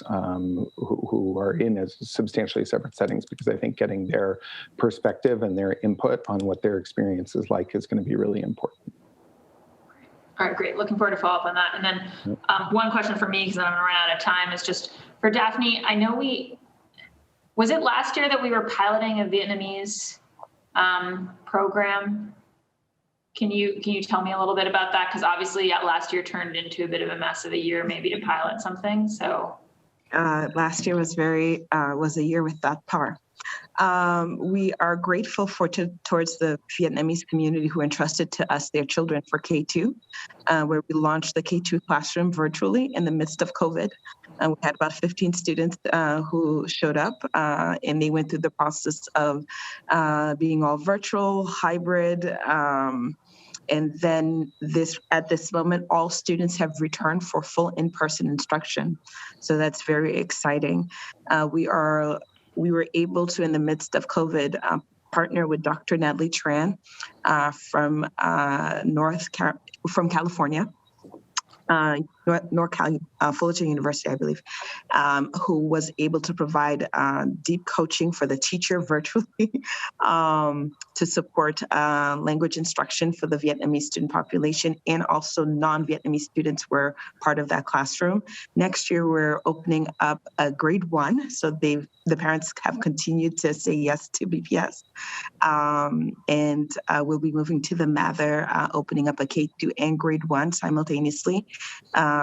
And the Mather community will be hosting some informational sessions to welcome the families that have registered for the K2 grade 1 classroom for next year. We actually have probably about 10 new students who registered for the Vietnamese program. Despite all of the challenges that we have faced to implement a bilingual Vietnamese program virtually during COVID. So I give credit to both VPS leadership for trusting the process, to the school leaders who embraced and welcomed the students and supported them, and also to the families in Boston who organized and continue to organize to let us know what their needs are. Great. Yeah, no, and I know that have been long dreamt of in the Vietnamese community, and I know Viet Aid and others have been involved, and just would love to continue to hear about the progress on that. It's something that last year we heard a lot of advocacy on from our communities. We can definitely invite you to some. There will be some celebratory events with the Vietnamese community. We can definitely inform you of those events. Great, wonderful. And then, all right, I think those are my questions for now. And then we're about to go back up to the top, and it'll be Councillor Flynn and Councillor Sabi-George. But before we do that, because we're 2 hours in and we do have one person who's here for public testimony, like yesterday, I am just going to take one public testifier, just so that, we get somebody in. So Mr. Charlie Kim is here. Mr. Kim, you have the floor. Hello, Chair Buck. Can you hear me okay? Yeah. Hi. Thank you very much for accepting my request for public comment. I was actually called out of a very important work meeting, as many people had called me on stating that special education was actually presenting and that budgetary information was being presented. I want to introduce myself as first the Special Education Parent Advisory Council. I'm one of the board members, so we do officially meet weekly with the Office of Special Education, specifically the Assistant Superintendent, Ethan Diableman Burns. So a lot of the information that has been presented tonight is new to us, and some of those questions that we ask constantly on a weekly basis about data. We ask questions, and my daughter is also at the Horace Mann School. We ask a lot of these questions about how is the service, the quality, and then what is the Office of Special Education doing to change some of those policies. So some of the items that were presented tonight, and they're being questioned, and I really would ask the city councilors to really lean in and drive in on those questions and some of the data, and not just take the answers as for what the answers are, to really ask for follow-ups on the information, questions on the McKinley schools, the numbers, really challenge those. Questions on the Horace Mann School. I believe that there was a question as to the declining enrollment, and an answer was about technology and cochlear implants. That answer, I think, is something that should be leaned into even further and asked, so how is that the case, and where is that information coming from? Is there supportive data? Because these are not only information, some of it's anecdotal, but there's also science backing that. So if there is something where declining enrollment and somebody stating that parent choice to a school based upon technology access, allowing a student to be able to be mainstreamed, if that's backed by science and also by education and standards, I believe that that should be challenged. I'd like to ask a question on that, in the sense that we had brought up to school committee, we brought it up to city council, and also to the Office of Special Education, that the Office of Special Education actually has a separate team doing assessments for deaf and hard of hearing students within the district, known as the mainstream team. It is actually on the website. That team does not collaborate with the members and the specialists of the Horace Mann School for the deaf and hard of hearing. So if screenings and placements are happening in a vacuum, in an echo chamber, without specialists from the Horace Mann School, how can the Office of Special Education actually substantiate and say that parents are given choice, that they're actually given an educated option in choosing how their child can be placed in an environment where dual language is emphasized, and also where a culture known as the deaf culture would be embraced and taught to a child?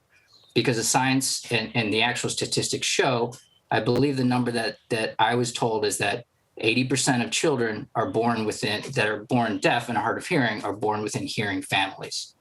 So that means that that child should learn how to embrace not only deaf culture, but also language, and families should also be introduced to that. And I proudly, I was introduced to that by my daughter through the Horace Mann School and embracing and teaching us not only deaf culture, but also language. One thing that I do want to state is that there are many challenges going on within special education, but then also at the Horace Mann School for the deaf and hard of hearing. As you know, there is a infrastructure question that is going on right now. Where is the temporary swing space going to be? Where is the permanent space going to be? I'm not sure if you're aware, but there's a principal search going on. So a long-term leader, a nationwide search is going on right now to find a leader for the next leader for the Horace Mann School. And also DESE has been coming in on a regular basis to really take a look, because we asked them to lean in and take a look at the school as to the Boston Public Schools policies. And the assistant superintendent talked about day school and the actual term of day school, and day school being the most restrictive. Well, on March 16th, the assistant superintendent attended a meeting with DESE and directors of DESE at the Horace Mann School that I attended. And they specifically stated that BPS's policies on day school and inclusion are 20 years out of date. They specifically stated in 2001, the definition of a day school was clearly defined and that BPS is not following that definition. A day school does not have to be the most restrictive environment. If there are inclusive, if it is an inclusive environment, there can be changes, there can be different ways of looking at a day school for services. That is what a day school is for, is to service a student that needs those specific services, not to be defined as the most restrictive environment and to categorize students. That was the one thing that DESE specifically stated. Boston Public Schools still categorizes students. They use terms to categorize students, where the rest of the state, the rest of the nation have moved away from these categories for special education. And that is something that I'm learning at the same time. But what bothered me as I learn is that my daughter goes through this. They're saying that this is 20 years old, that these policies are outdated by 20 years. Let's think about not only categories of special education students, but the conversation of race, the conversation of inequities. This all comes in together when it comes to language. It's all coming up now. But if DESE, the state, and Boston Public Schools have known that these policies are outdated by 2 decades, what does that mean? Are we going to continue to have conversations, or are we actually going to lean in and do something about it? And that's what I come and ask and challenge, that the assistant superintendent, the data that is released should be asked. It should be double checked. It should be substantiated, because an answer with information, there has to be supporting information on an educational perspective and also on a scientific basis. And then also the answers that come from the chief financial officer, how they're spending money and they're putting money into it. What does that mean? And then what are the results of that money that's going into it? We have $400 million coming in for ESSERs, $400 million on top of the $1.3 billion annual budget to Boston Public Schools. That's a lot of money. That is a lot of money that our children deserve, that the teachers and educators deserve, and the families deserve. And to make sure that that money is actually being placed and used appropriately to actually make Boston Public Schools a gem, the jewel, however things are being defined, is so important. And we have a very short period of time to figure that out. And I hope that there's going to be a lot of challenges and questions on the answers that come out of the Office of Special Education and also out of the Chief Financial Officer's office. So thank you for allowing me to go off a little bit here, but I appreciate that you allowed me to speak. Thank you so much, Mr. Kim. Thanks for your advocacy for your daughter and for this whole school community. I appreciate it. And thank you to my colleagues for being able to wait for a minute. When our hearings go so long, I like to be able to get some of the public in. All right, so next up is Councillor Flynn.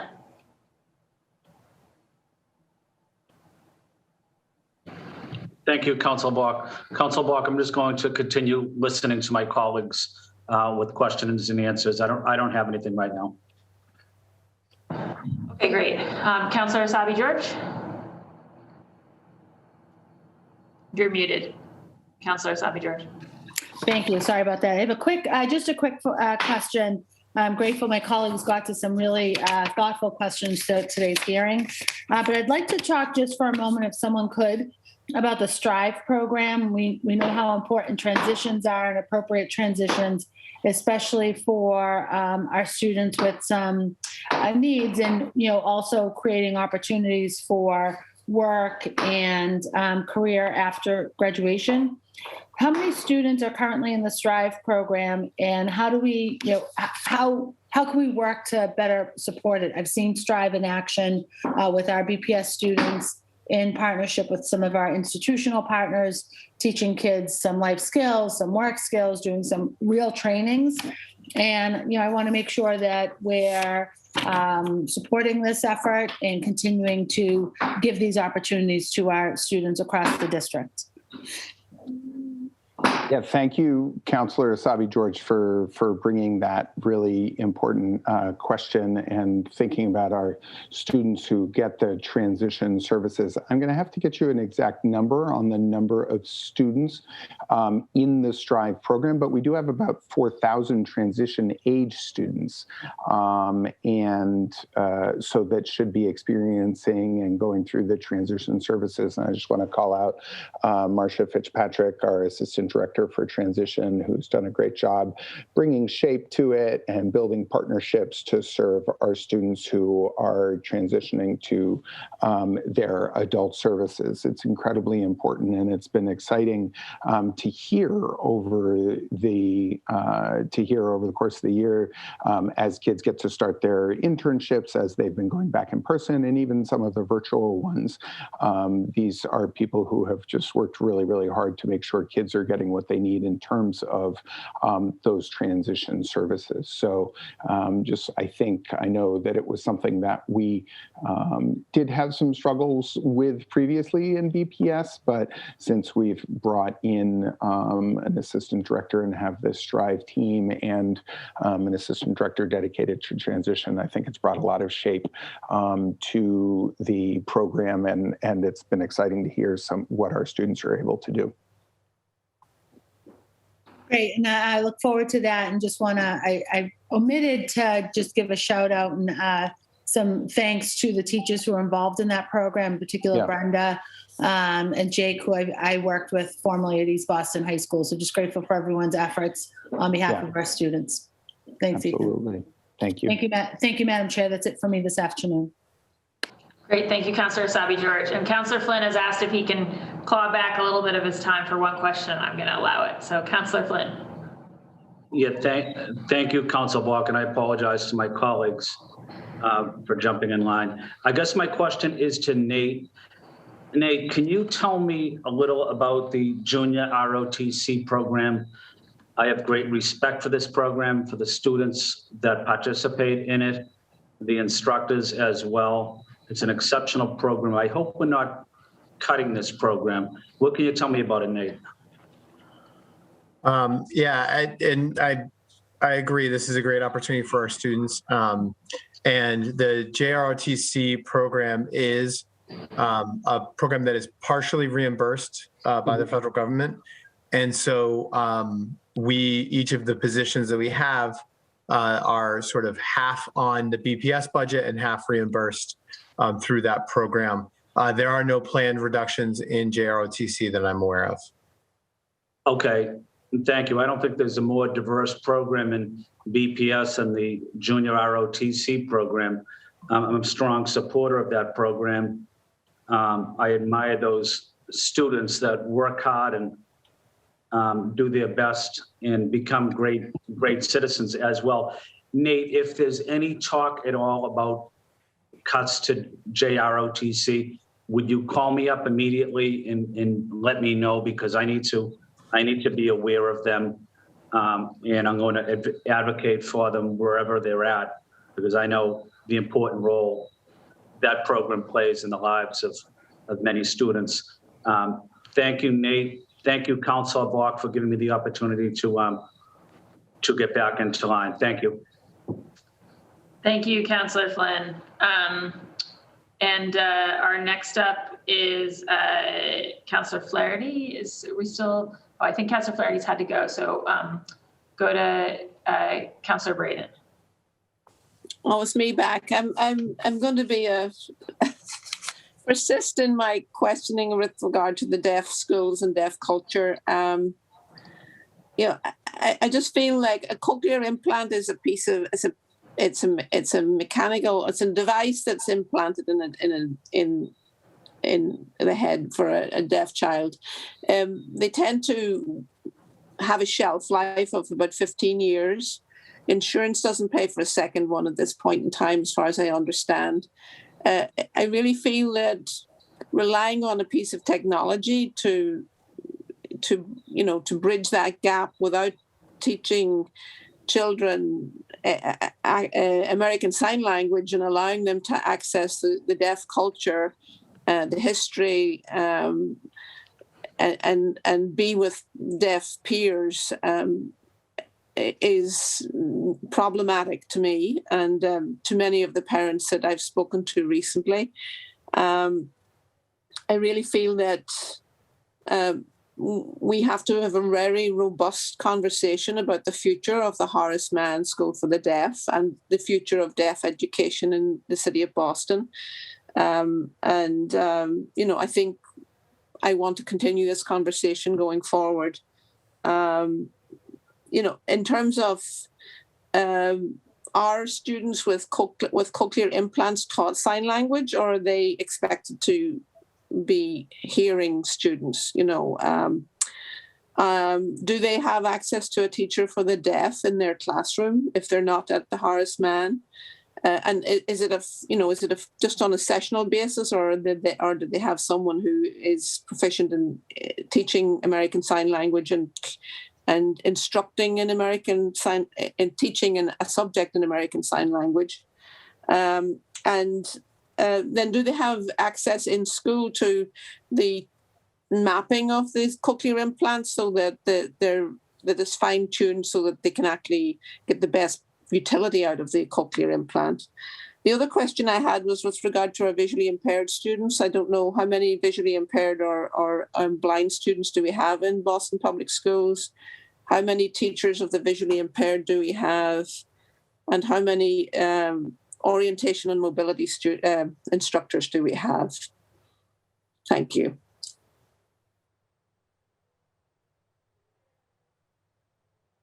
Sorry, Councilor Braden, I was muted. Thank you for those questions, certainly with regard to specific numbers and numbers of students and numbers of teachers.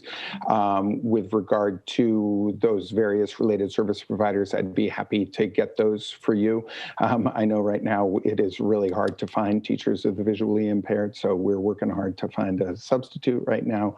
Like it is, those low incidence disabilities, it is often hard to find the teachers, but we absolutely do have teachers of visually impaired, the orientation and mobility, and teachers of the deaf and hard of hearing.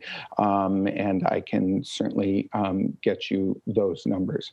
I in no way want to imply that we're sort of relying on cochlear implants. I'm simply saying that it is an element in people's decision-making. I'll just leave it at that in terms of where students, in families, for families where their child goes to school. I just want to say that, and that we need to get to a point, and I believe we're, where family choice is the driving principle of where our students go to school. And we certainly are working towards that. There is, and so we're working towards that. I also want to acknowledge what Mr. Kim said about the day schools and our understanding of day schools, and what had been a common understanding of day schools in BPS as the most restrictive environment, and that you can do inclusion in day schools. So we are thinking through what the implications of that are and what that means, in particular for a dual language school like the Horace Mann School, and what that means for programming there, particularly as we look to a new future with a new head of school and also hopefully a new facility in the next few years. So just want to acknowledge what Mr. Kim mentioned there.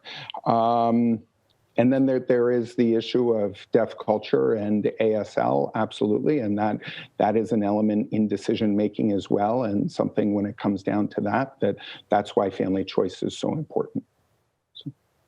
So I had another question about, early education for deaf children. Like there's pretty well documented evidence that even hearing children benefit from learning sign language because at the stage when they're sort of pre-verbal and don't have the articulation to express themselves, that they can actually communicate with sign language. So, it's really feel that it's critically important for our deaf children, especially that they be introduced to sign language. And I know this is more of a pre-K question rather than a kindergarten forward question, but I think really thinking about those resources and making sure that even if parents decide to make it school a legitimate choice, if that's their choice, to send it to do an integrated path, inclusionary path. That those students get early, those little ones get early access to, and their parents get early access to American Sign Language, so that they can get started and really feel that it certainly helps a lot. I know from my own experience of working with special needs children, being able to communicate and have some way to express yourself other than having a tantrum and having behaviors. Once you give them some sign language ability and some way to communicate, then those behaviors decline rapidly and they feel that they're being understood and heard in a way. So I look forward to continuing. I look forward to continuing the conversation and with both you and Mr. Kim. And also, I would just say that, I think that's the power of the horseman, is that dual language piece. It's all about language access as well. So, as in some of the crosswalk between, the Office of English Learners and our language access and special education all gets wrapped up there. So and especially for those families who English is not their English not their first language, that the ASL can be a bridge to a whole new world. Yeah, no question. Very good. Thank you so much. Thank you. Great. Thank you so much, Councillor Braden. Next up is Councillor Campbell. Councillor Campbell. Thank you. Thank you, Councillor Bach. And I just wanted to thank Mr. Kim for taking time to testify, because I do think he lifts up a lot of the frustration from many parents, right? Just as we are planning and doing better and looking to do better, folks want to know in the immediate, what is the district doing to support their current student and family? They want to frankly be over communicated with. And I think the district has struggled with that for years. And I'm not just saying that as a counselor. I used to represent students largely against BPS in education cases, a lot of special needs cases and school discipline cases, and saw the struggles in trying to get the right placement, getting IEPs set up.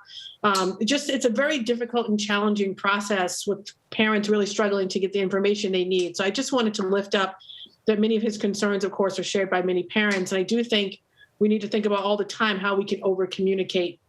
Because if we don't, there's just a continued sort of distrust, I think, with parents and families. And so, we'll keep pushing the issues for sure. And even as I was listening to other counselors, I was connecting with my chief of staff on what we're doing with respect to English learners. And this is near and dear to her, as she was one of those students at BPS. And I know that we are visioning and reimagining, which is important to do. I think we maybe got started a little late, but we want to be intentional. We want to include folks in this process. But again, families want to know, if I have a student right now who is an English learner, will they have access to a dual language program? Will they have access to the services that they need? And so just that is the struggle that we're grappling with as we deal with constituents on a day-to-day basis.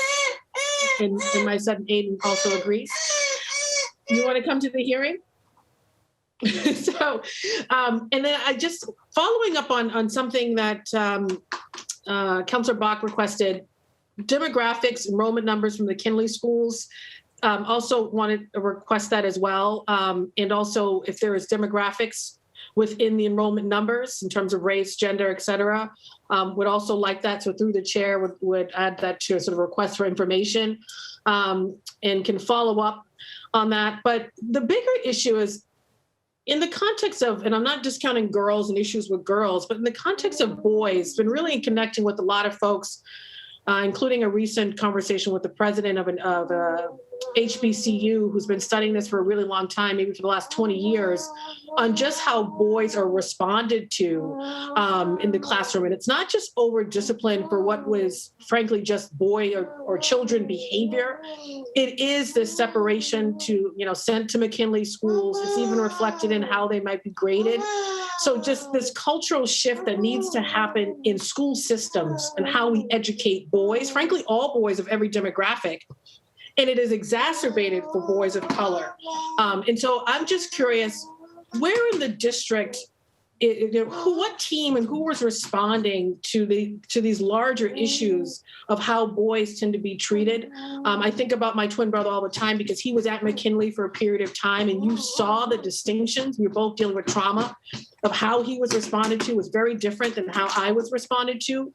And so who in the district is really grappling with this culture, looking to shift it? What research are they looking at to shift culture and practice at every juncture, including at the early years where it starts, to address these issues of just over-discipline and how we react to boys generally?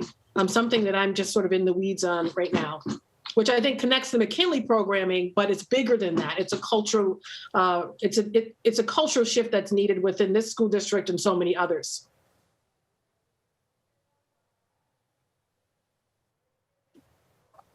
I can take a first pass if that's okay for the rest. Thank you. No problem. Over the last couple of years, I know the district has done several reports around the needs of boys, Black and brown boys in BPS.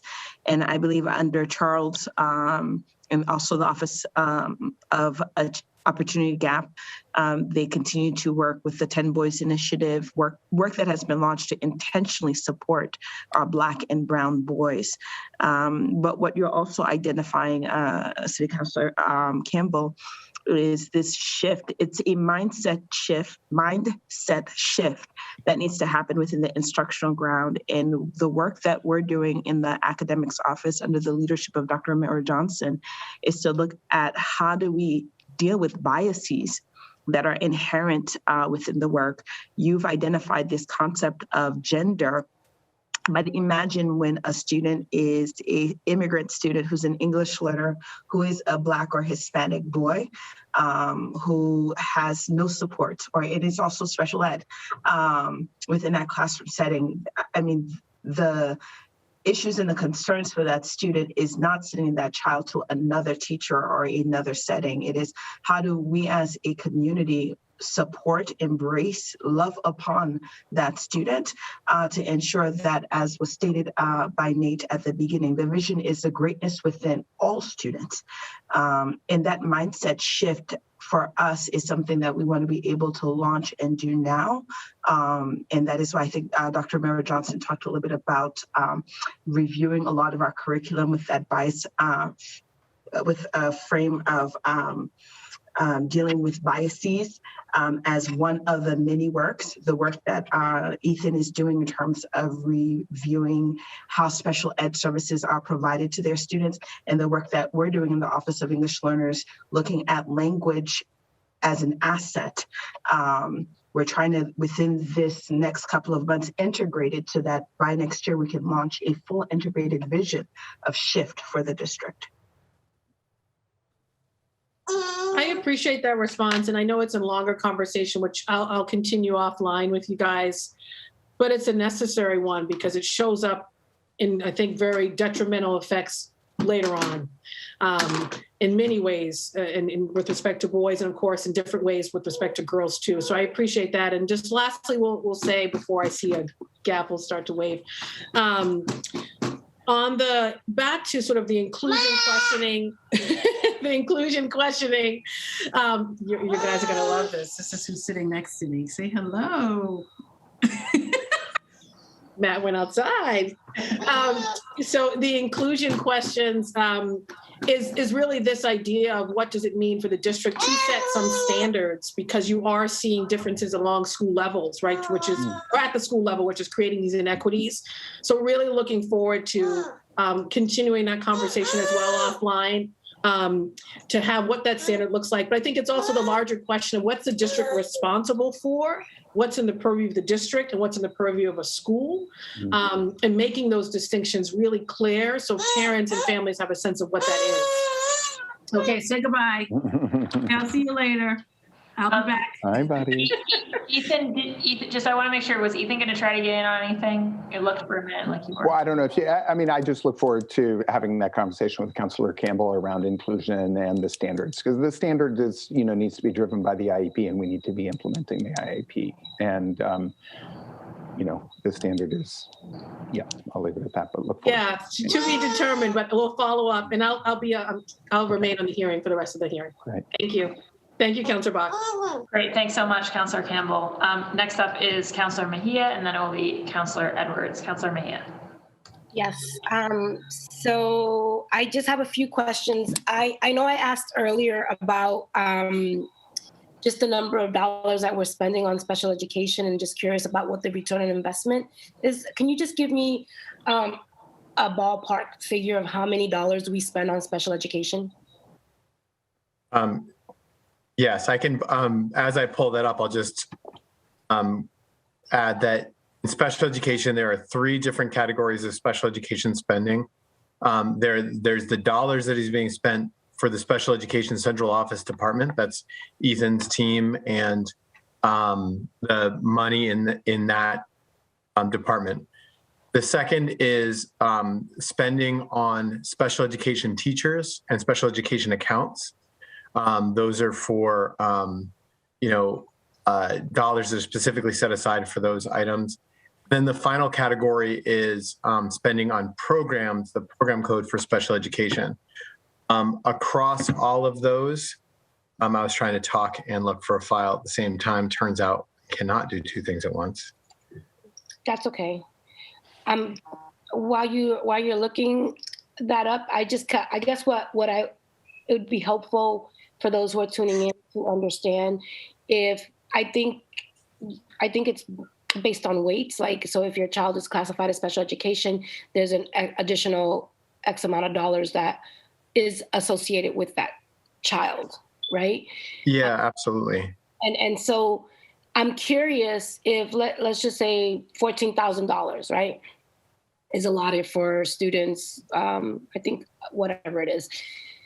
Of those dollars, does every single dollar get spent to support the educational plan of that child?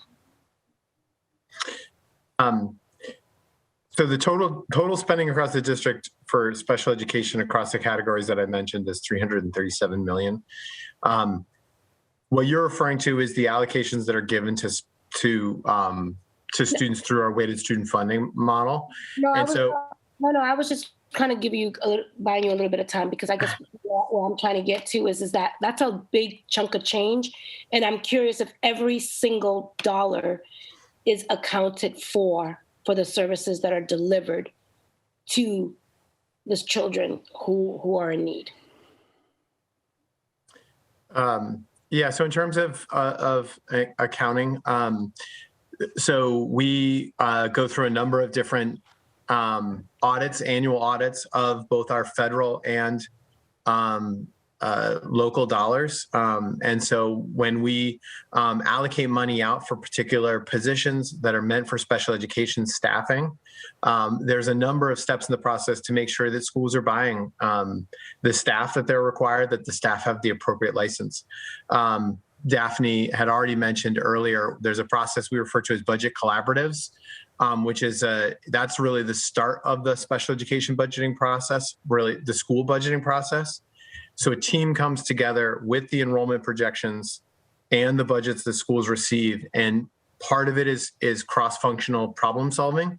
That's the collaborative part, and part of it is compliance checks to make sure that if you're projected for specific students, that you are budgeting to make sure you have the appropriate programs. Then our Office of Human Capital goes through and makes sure that you have the appropriate licensing for the teachers that are in that. And then it's posted and hiring is monitored to make sure that when they hire staff, they're meeting that license. So there are multiple checks in the process, both before any money is spent as money is being spent, and then after money is being spent, to go back and verify that it was spent for the purpose in which we had budgeted for it. Okay, thank you for that. So I'm gonna ask a question about I'm English language and I don't know how to say this word. Compensatory. Yep. How you say it? Yeah, compensatory services. Compensatory. Okay, students with high needs are eligible for that word services as a result of school closures during COVID. Schools must identify students who are entitled to compensatory services above and beyond typical services. How is the district identifying students with high needs, and how many students have been identified? Districts are required to have meetings to determine compensatory services. How many meetings have occurred, and how and when are services delivered after school, weekends, etc.? So can you just give me some insight? That's a question that came in from someone who couldn't be here because she didn't know about this hearing, and that's Edith Bazil. So she submitted that question, and obviously I would not use words that I don't know how to pronounce, but I needed to throw that in there. So if somebody could answer that I'd appreciate that. Sure. Thank you, Councillor Mejia, for the question. Yes, many people struggle on that word. We're not the first. So yes, DESE set out, Department of Elementary Secondary Education set out, and Massachusetts, these are the only state where they required the level of rigor around compensatory services that here in Massachusetts, and they did prioritize our high needs students for needing compensatory services. So those students were the same students that were prioritized for in-person learning in the fall. So those were the students. I can't remember, I don't have it right in front of me, but it is the same group of students that were prioritized for in-person learning in the fall when we were able to bring students back. We have done a lot of training with our coordinators around holding these meetings. It's a whole new set of sort of processes to go through. You want to gather data both from the family on how the student did during COVID. And originally it was only from March to June, the period that they were using, and then they started to include the rest of this year as well. So they shifted the guidelines as we moved ahead into it. I guess what's really important is to say it's the principles of compensatory services that are important. This is an opportunity for to be a piece of the return, recover, reimagine, so that students are able to get the service they need to get back on track. And we have worked really hard to make sure that our coordinators know how to hold these meetings, are able to hold these meetings, and indeed that they're happening. So we have reached about over 4,000 agreements now across the district in terms of the agreements. And we will be providing those services. Some of those services are being delivered now, both after school. There are some being delivered after school. There's some going to be delivered during the summer, some in person, some remote. And we fully expect that some services will be delivered in the fall, and that's okay. We want to make sure kids get what they need. The last point on that is just that we've engaged with the community. We had 3 community meetings to be able to make sure that students understand, that families know what is possible and available with regard to compensatory services. What's the dollar amount? Do you know? We don't have a total dollar amount yet. We allocated a number at the beginning. We weren't sure what it would be, but we're using CARES funding for that. So Nate, I don't know if you want to address the financial impact of that, but we want to make sure that kids get what they need. Yeah, I would just add is it goes to the financial projection on that. This is not, because this is not a single year effort, right? The effort to come up with compensatory services to make sure the students are made whole, which will cross multiple fiscal years. And so we'll continue to monitor it and set aside the dollars we think. We set aside a fairly conservative amount for this year. So we know we'll have enough resources, and this is an area of academic recovery. We talk about that 20% that we'll need to continue to monitor. And because it's so individually driven, it's really difficult for us to project fully until all of the meetings and all of the sort of issues are surfaced. And one last question before Councilor Buck does the gavel. I asked the question last week, I guess, with the law department folks in regards to lawsuits that have been formed against BPS for IEPs and things of that nature. And they didn't have they said that this was something that BPS could answer. And I'm just curious, Nate, if you happen to have any information in terms of how much money we as the district have spent on defending IEP lawsuits against us for services not rendered. I'd have to look into that and get back to you on that. I don't have that information readily available. Okay. And then in regards to, the McKinley School, I addressed this earlier in some other hearing. I can't remember which day it was anymore, but it was in regards to literacy and how, I'm just curious about when we think about how we're passing students from grade to grade, often who are struggling to read and write. What are we doing as a district to identify like early intervention, warning signals and signs to help support students who may have dyslexia? I know that students who have dyslexia, particularly students of color, this is not something that we see a lot of early detection on. So I'm just curious, Ethan, what are we doing to support those students? Yeah, terrific. Thank you, Councillor Mejia. As I've said earlier, reading, our strategic reading approach needs to start in the general education classroom and be a strong tier one. It's not even a support, it's what we do. If you'd want, I don't know if Dr. Romero Johnson wants to address this, but that is it should not be only a special education issue. If students need special education supports, of course, we want to make that happen, but we want to make sure that kids get the reading skills they need early on so that they don't become special education students. Not that it's a bad thing, but that if they're not, we don't want that to happen because we didn't do the right thing. We want to make sure kids get what they need early on from the beginning. And I would refer you to, and we'll see if we can send it to you, before school committee, we did an early intervention reading presentation, and we can make sure you get that. Thank you.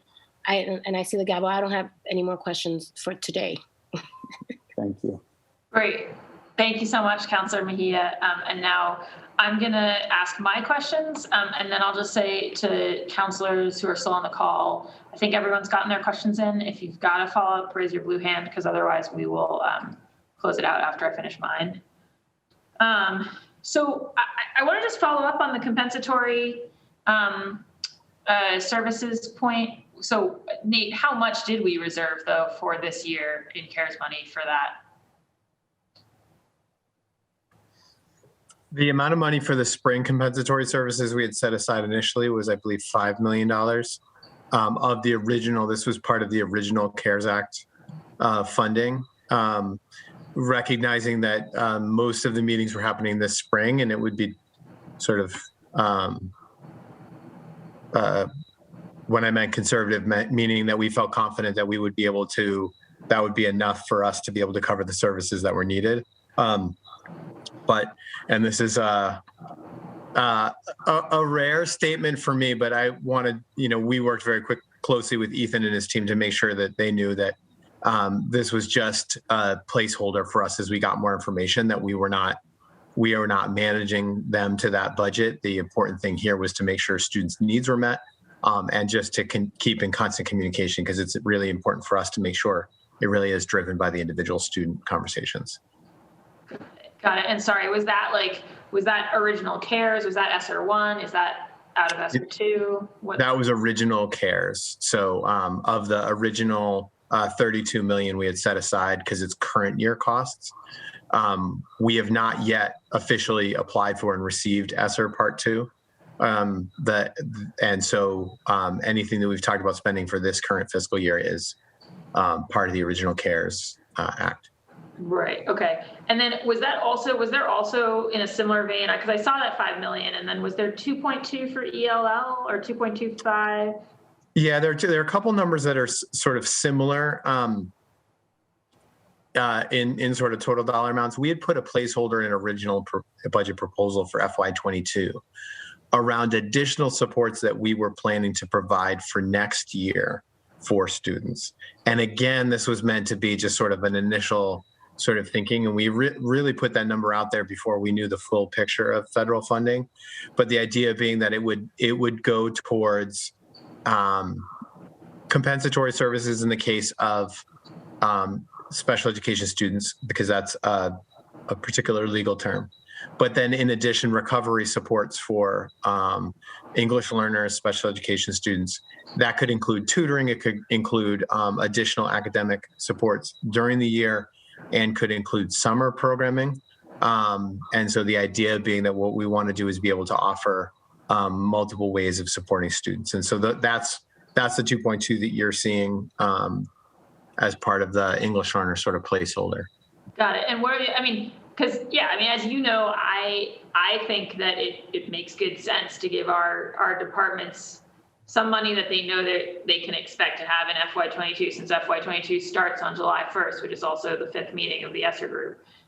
So in terms of those, understanding that the 2.25 is a number that, Daphne and ELL folks can work with, but then, can hope for more, right? But it gives you something to think about. Mm-hmm. What are the other numbers like that? Because it sounds like the 5 million is for FY21 support, right? Yeah, there'll be a lot more work we'll do in FY22 on the compensatory services side, which we're obligating ourselves to right now. And then what else should be on my mental map on this? We have a full list of the initial proposals around ESSER. The ones that come to mind is there's additional CARES costs that we are continuing in terms of cleaning protocols and ongoing costs that we've identified. We had set aside and it was meant to be sort of, as you mentioned, a planning and an early signal around spending on English learners and special education. A lot of the summer spending that we're doing for this will be a mix of federal and general funds for this summer. And so a lot of the summer planning that will be done on ESSER will actually be for the following summer. And then there were other funding that was earmarked towards some of our, and appropriate for the conversation today, the work around the Office of Equity Strategy and Opportunity Gaps, around their anti-racist work within the district as well. So we had designated some of that early funding. Miriam, I don't know if there were other items on that list that I'm missing. The other big ones were hub schools and also additional academic interventions and tutoring, which we talked about earlier today. Right. So I think it would be helpful for the council to have, if you guys, it sounds like you have the makings of this document already, or maybe you've done it for school committee or a few different school committee presentations, but it would be helpful for the council to understand at a slightly more granular level of detail beyond what's in that slide that you have, Nate, at the beginning of the presentation, kind of like how much of the federal money's been obligated, where we've put out signals, right, from a planning perspective, and then because it sounds like some of that, the planning signal money, right, is crossing into the ESSER 2 space. Yeah, that's the initial plan. So yeah, absolutely. And, the distinction being that as we continue to go through this spring, the CARES Part 1 is, we are continuing to monitor costs around food and nutrition services, increased costs around transportation due to protocols. There's a lot of costs that we're monitoring. So that's a lot of the CARES Part 1 is in response to what we're experiencing as we reopen. And then, to your point, it's not officially obligated for ESSER Part 2 until we submit the application, but we can share with you what we had communicated to school committee around some of the planning that had been on sort of designated for ESSER Part 2 going forward. Great. Yeah, because I do think that's part of the whole picture for the council and understanding how we're going to meet the year ahead. And I do think it would be helpful to get some sense. I understand that every one of these agreements with our families is different, but presumably more about what the scale of that's going to look like 4,000 agreements in than you did when you were 0 agreements in. So you must have some projections of where we're going cost-wise on compensatory services. Yeah, I mean, and I mean that projecting from what we're finding, not in terms of, to your point, managing to a budget, right? But just. Yeah, to a certain extent, there's so much, this is so highly individualized. For instance, it could be the case that the early compensatory services that we worked out, it's because they are sort of the more straightforward IEP meetings that the team is having. And so it could represent an under estimate of costs and the true costs or some, I think we can certainly pull together some information, but I don't want to be overly confident in projecting something based on a methodology that is really Yeah, I get it. So do we have a timeline for when we expect the bulk of the agreements to have been reached? You're muted, Ethan. Yeah, I can chime in on that. Thanks. Just that, I think what the state has directed is it's also hard to, what the state has directed is that you need to reach out to every family and every family is entitled to a meeting. And what we've said is that you need to reach out repeatedly, like a number of times. But we're also hearing that a lot of families, particularly at the middle school and high school level, are sort of like, my kid's not going to any more school anyway. Like school's been so brutal this year that it's just hard to get that. Now we are tracking them down because we know that there's students who may need services. So it's hard to know what target we're shooting for. And also we know while we have done, 3 community meetings to try and educate people about compensatory services, we reached 400, 500 people, but that's not 10,000. So how do we educate the public in terms of community service, in terms of compensatory services, and what do we do about that is a hard one. So we're at 4,000 now. We're working with our union partners to come to agreement about how we're going to get all these done. And hopefully once we reach agreement there, we will see an acceleration of getting them done. Got it. Okay. And then I just, one comment on the, Councilor Flynn brought up dyslexia services, and I think it also just came up in a question for Councilor Mejia.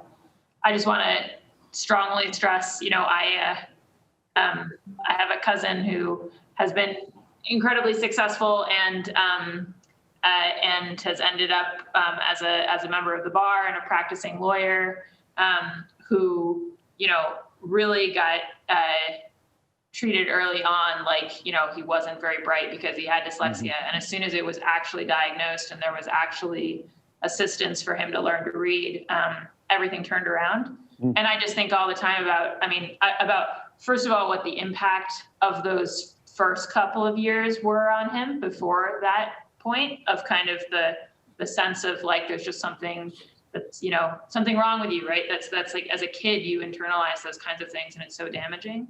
And the change that happened when he got the services that he needed, and the incredible degree to which he has now made a career based on words and reading and writing. It's something that I think about all the time. So I just want to add my voice to the chorus on that and the importance of early and aggressive identification and help on that front. Good. I couldn't agree with you more and think that the presentation to school committee on early literacy certainly lays out our plans in that area. We have a team that is meeting weekly with regard to the new guidance on dyslexia that is coming out or has come out. So we're trying to figure out what that looks like in terms of implementation for next fall so that we have the right screeners and services in place. And again, just to emphasize, that needs to happen in the general education classroom, right? I mean, eventually it may end up at special education, but it is really that it needs to, the right intervention has to start in the general education classroom. Yes, absolutely. And then can I just ask quickly, and I'm sorry, I just want to make sure that I understand it seems as though the part of the conversation, and I'm not as familiar as Councilor Braden with the Horace Mann School for the Blind, but reading between the lines, what I take to be the issue at partly, and I'm just going to ask if this is what it is that, you know, in general, one of our special education principles is that we try to serve people in the least restrictive context possible, right? That will serve them. But, and then you have the challenge that this, you know, that the Horace Mann is being coded a day school, which makes it restrictive, which means that kind of basic instinct is, oh, you want to mainstream because that's what, like, inclusion is the direction of travel in our special education world. But then there's the problem that, like, there's actually like deaf culture and a dual language. And so therefore this kind of direction of travel on one regulatory regime kind of cuts against that. That's what I seem to be understanding to be at play. And I guess the thing I would say, and then it also sounded like there's some back and forth about like when, like in terms of family choice, to what extent parents who might be coming from hearing culture background, right, are exposed to the full degree of what it would mean. Because if I didn't know anything about that and someone just said, oh, well, we can prescribe this device and then you don't need to think about this, you know, that might be a very natural choice to make, but like actually, right, like choice is always about like what information you're making the choice on the basis of. So that's what I've heard some tension is like, are we in those meetings actually, you know, giving our family full exposure to what choosing the Horace Mann and such looks like? Is that part of what seems to be at play? I think you touched on a lot of the tensions that are at play there, but I think an important piece to say here is like, there are incredible strengths at the Horace Mann School. The level of expertise is unbelievable. There are people there who know things and are able to do things with deaf and hard of hearing students. It's amazing. And the level of passion and commitment is incredible. And what we need to do is both find them a physical space, but also, to your point, sort of a policy space, like a regulatory space in which they're able to act out and serve as many kids as possible and do that and follow through on that expertise and passion. And we want to support them in being able to do that. And so, but we have some work to get there for all sorts of reasons, some of which you just mentioned. But that is our goal, is to be able to support them in doing that. Okay, well, let me just cast my vote in favor of making sure that we create enough of that space to like have a really successful, you know, program be successful and not end up in a space where it would just be simpler. Because especially because I know we're going through school leadership change, right? Oh, like, yeah. You know, we wouldn't just say, oh, it'd be simpler to just kind of try to, you know, get it like mainstream everybody and not have an opportunity for this kind of. Yeah, no, absolutely not. Like there's family choice, like into this Deaf Culture piece, Center of Deaf Culture and Education, like it is, you know, we need to figure out how to make that happen. We need to collaborate with the school. As the district administration, we want to collaborate with the school and the community to make that happen. Great. All right, I think I could go on asking questions, but as the chair, you also have to know when to call it. I think that I've got one person in the waiting room, so I'm just going to see whether Ms. Tao would like to testify, and then if not, we will. Patty Tao, are you here to testify? Keeping the streak alive from one of our earlier hearings. Is this one of your? Patty is one of our secret weapons on the finance team. And I don't think she's here to testify, but many school leaders will tell you that Patty's one of the most creative and smartest people about helping schools think about their resources and their time. I enjoy this opportunity just to give her a little bit of a shout out because she's somebody who likes to operate under the radar, and I'm assuming she doesn't have any testimony. Well, we are always happy to spotlight the city's excellent public servants who, operate behind the scenes. Thank you all. This is a really important set of topics. We definitely, could have had and will on other occasions have hearings devoted uniquely to ELL and to inclusion. It just, there's a lot. There's a lot in all this, and we appreciate the work that you all do on behalf of our students. And Sylvia, you just went back on screen, so I just wanted to say that I haven't directed that many questions your way today because I know we have you for the whole day next week, but lots of academic questions coming from the historian soon. So, all right, with that, we're a couple minutes shy of our informal deadline, and this hearing of the Boston City Council's Ways and Means Committee is adjourned. Thank you all. Thank you, everybody. Thank you, everyone.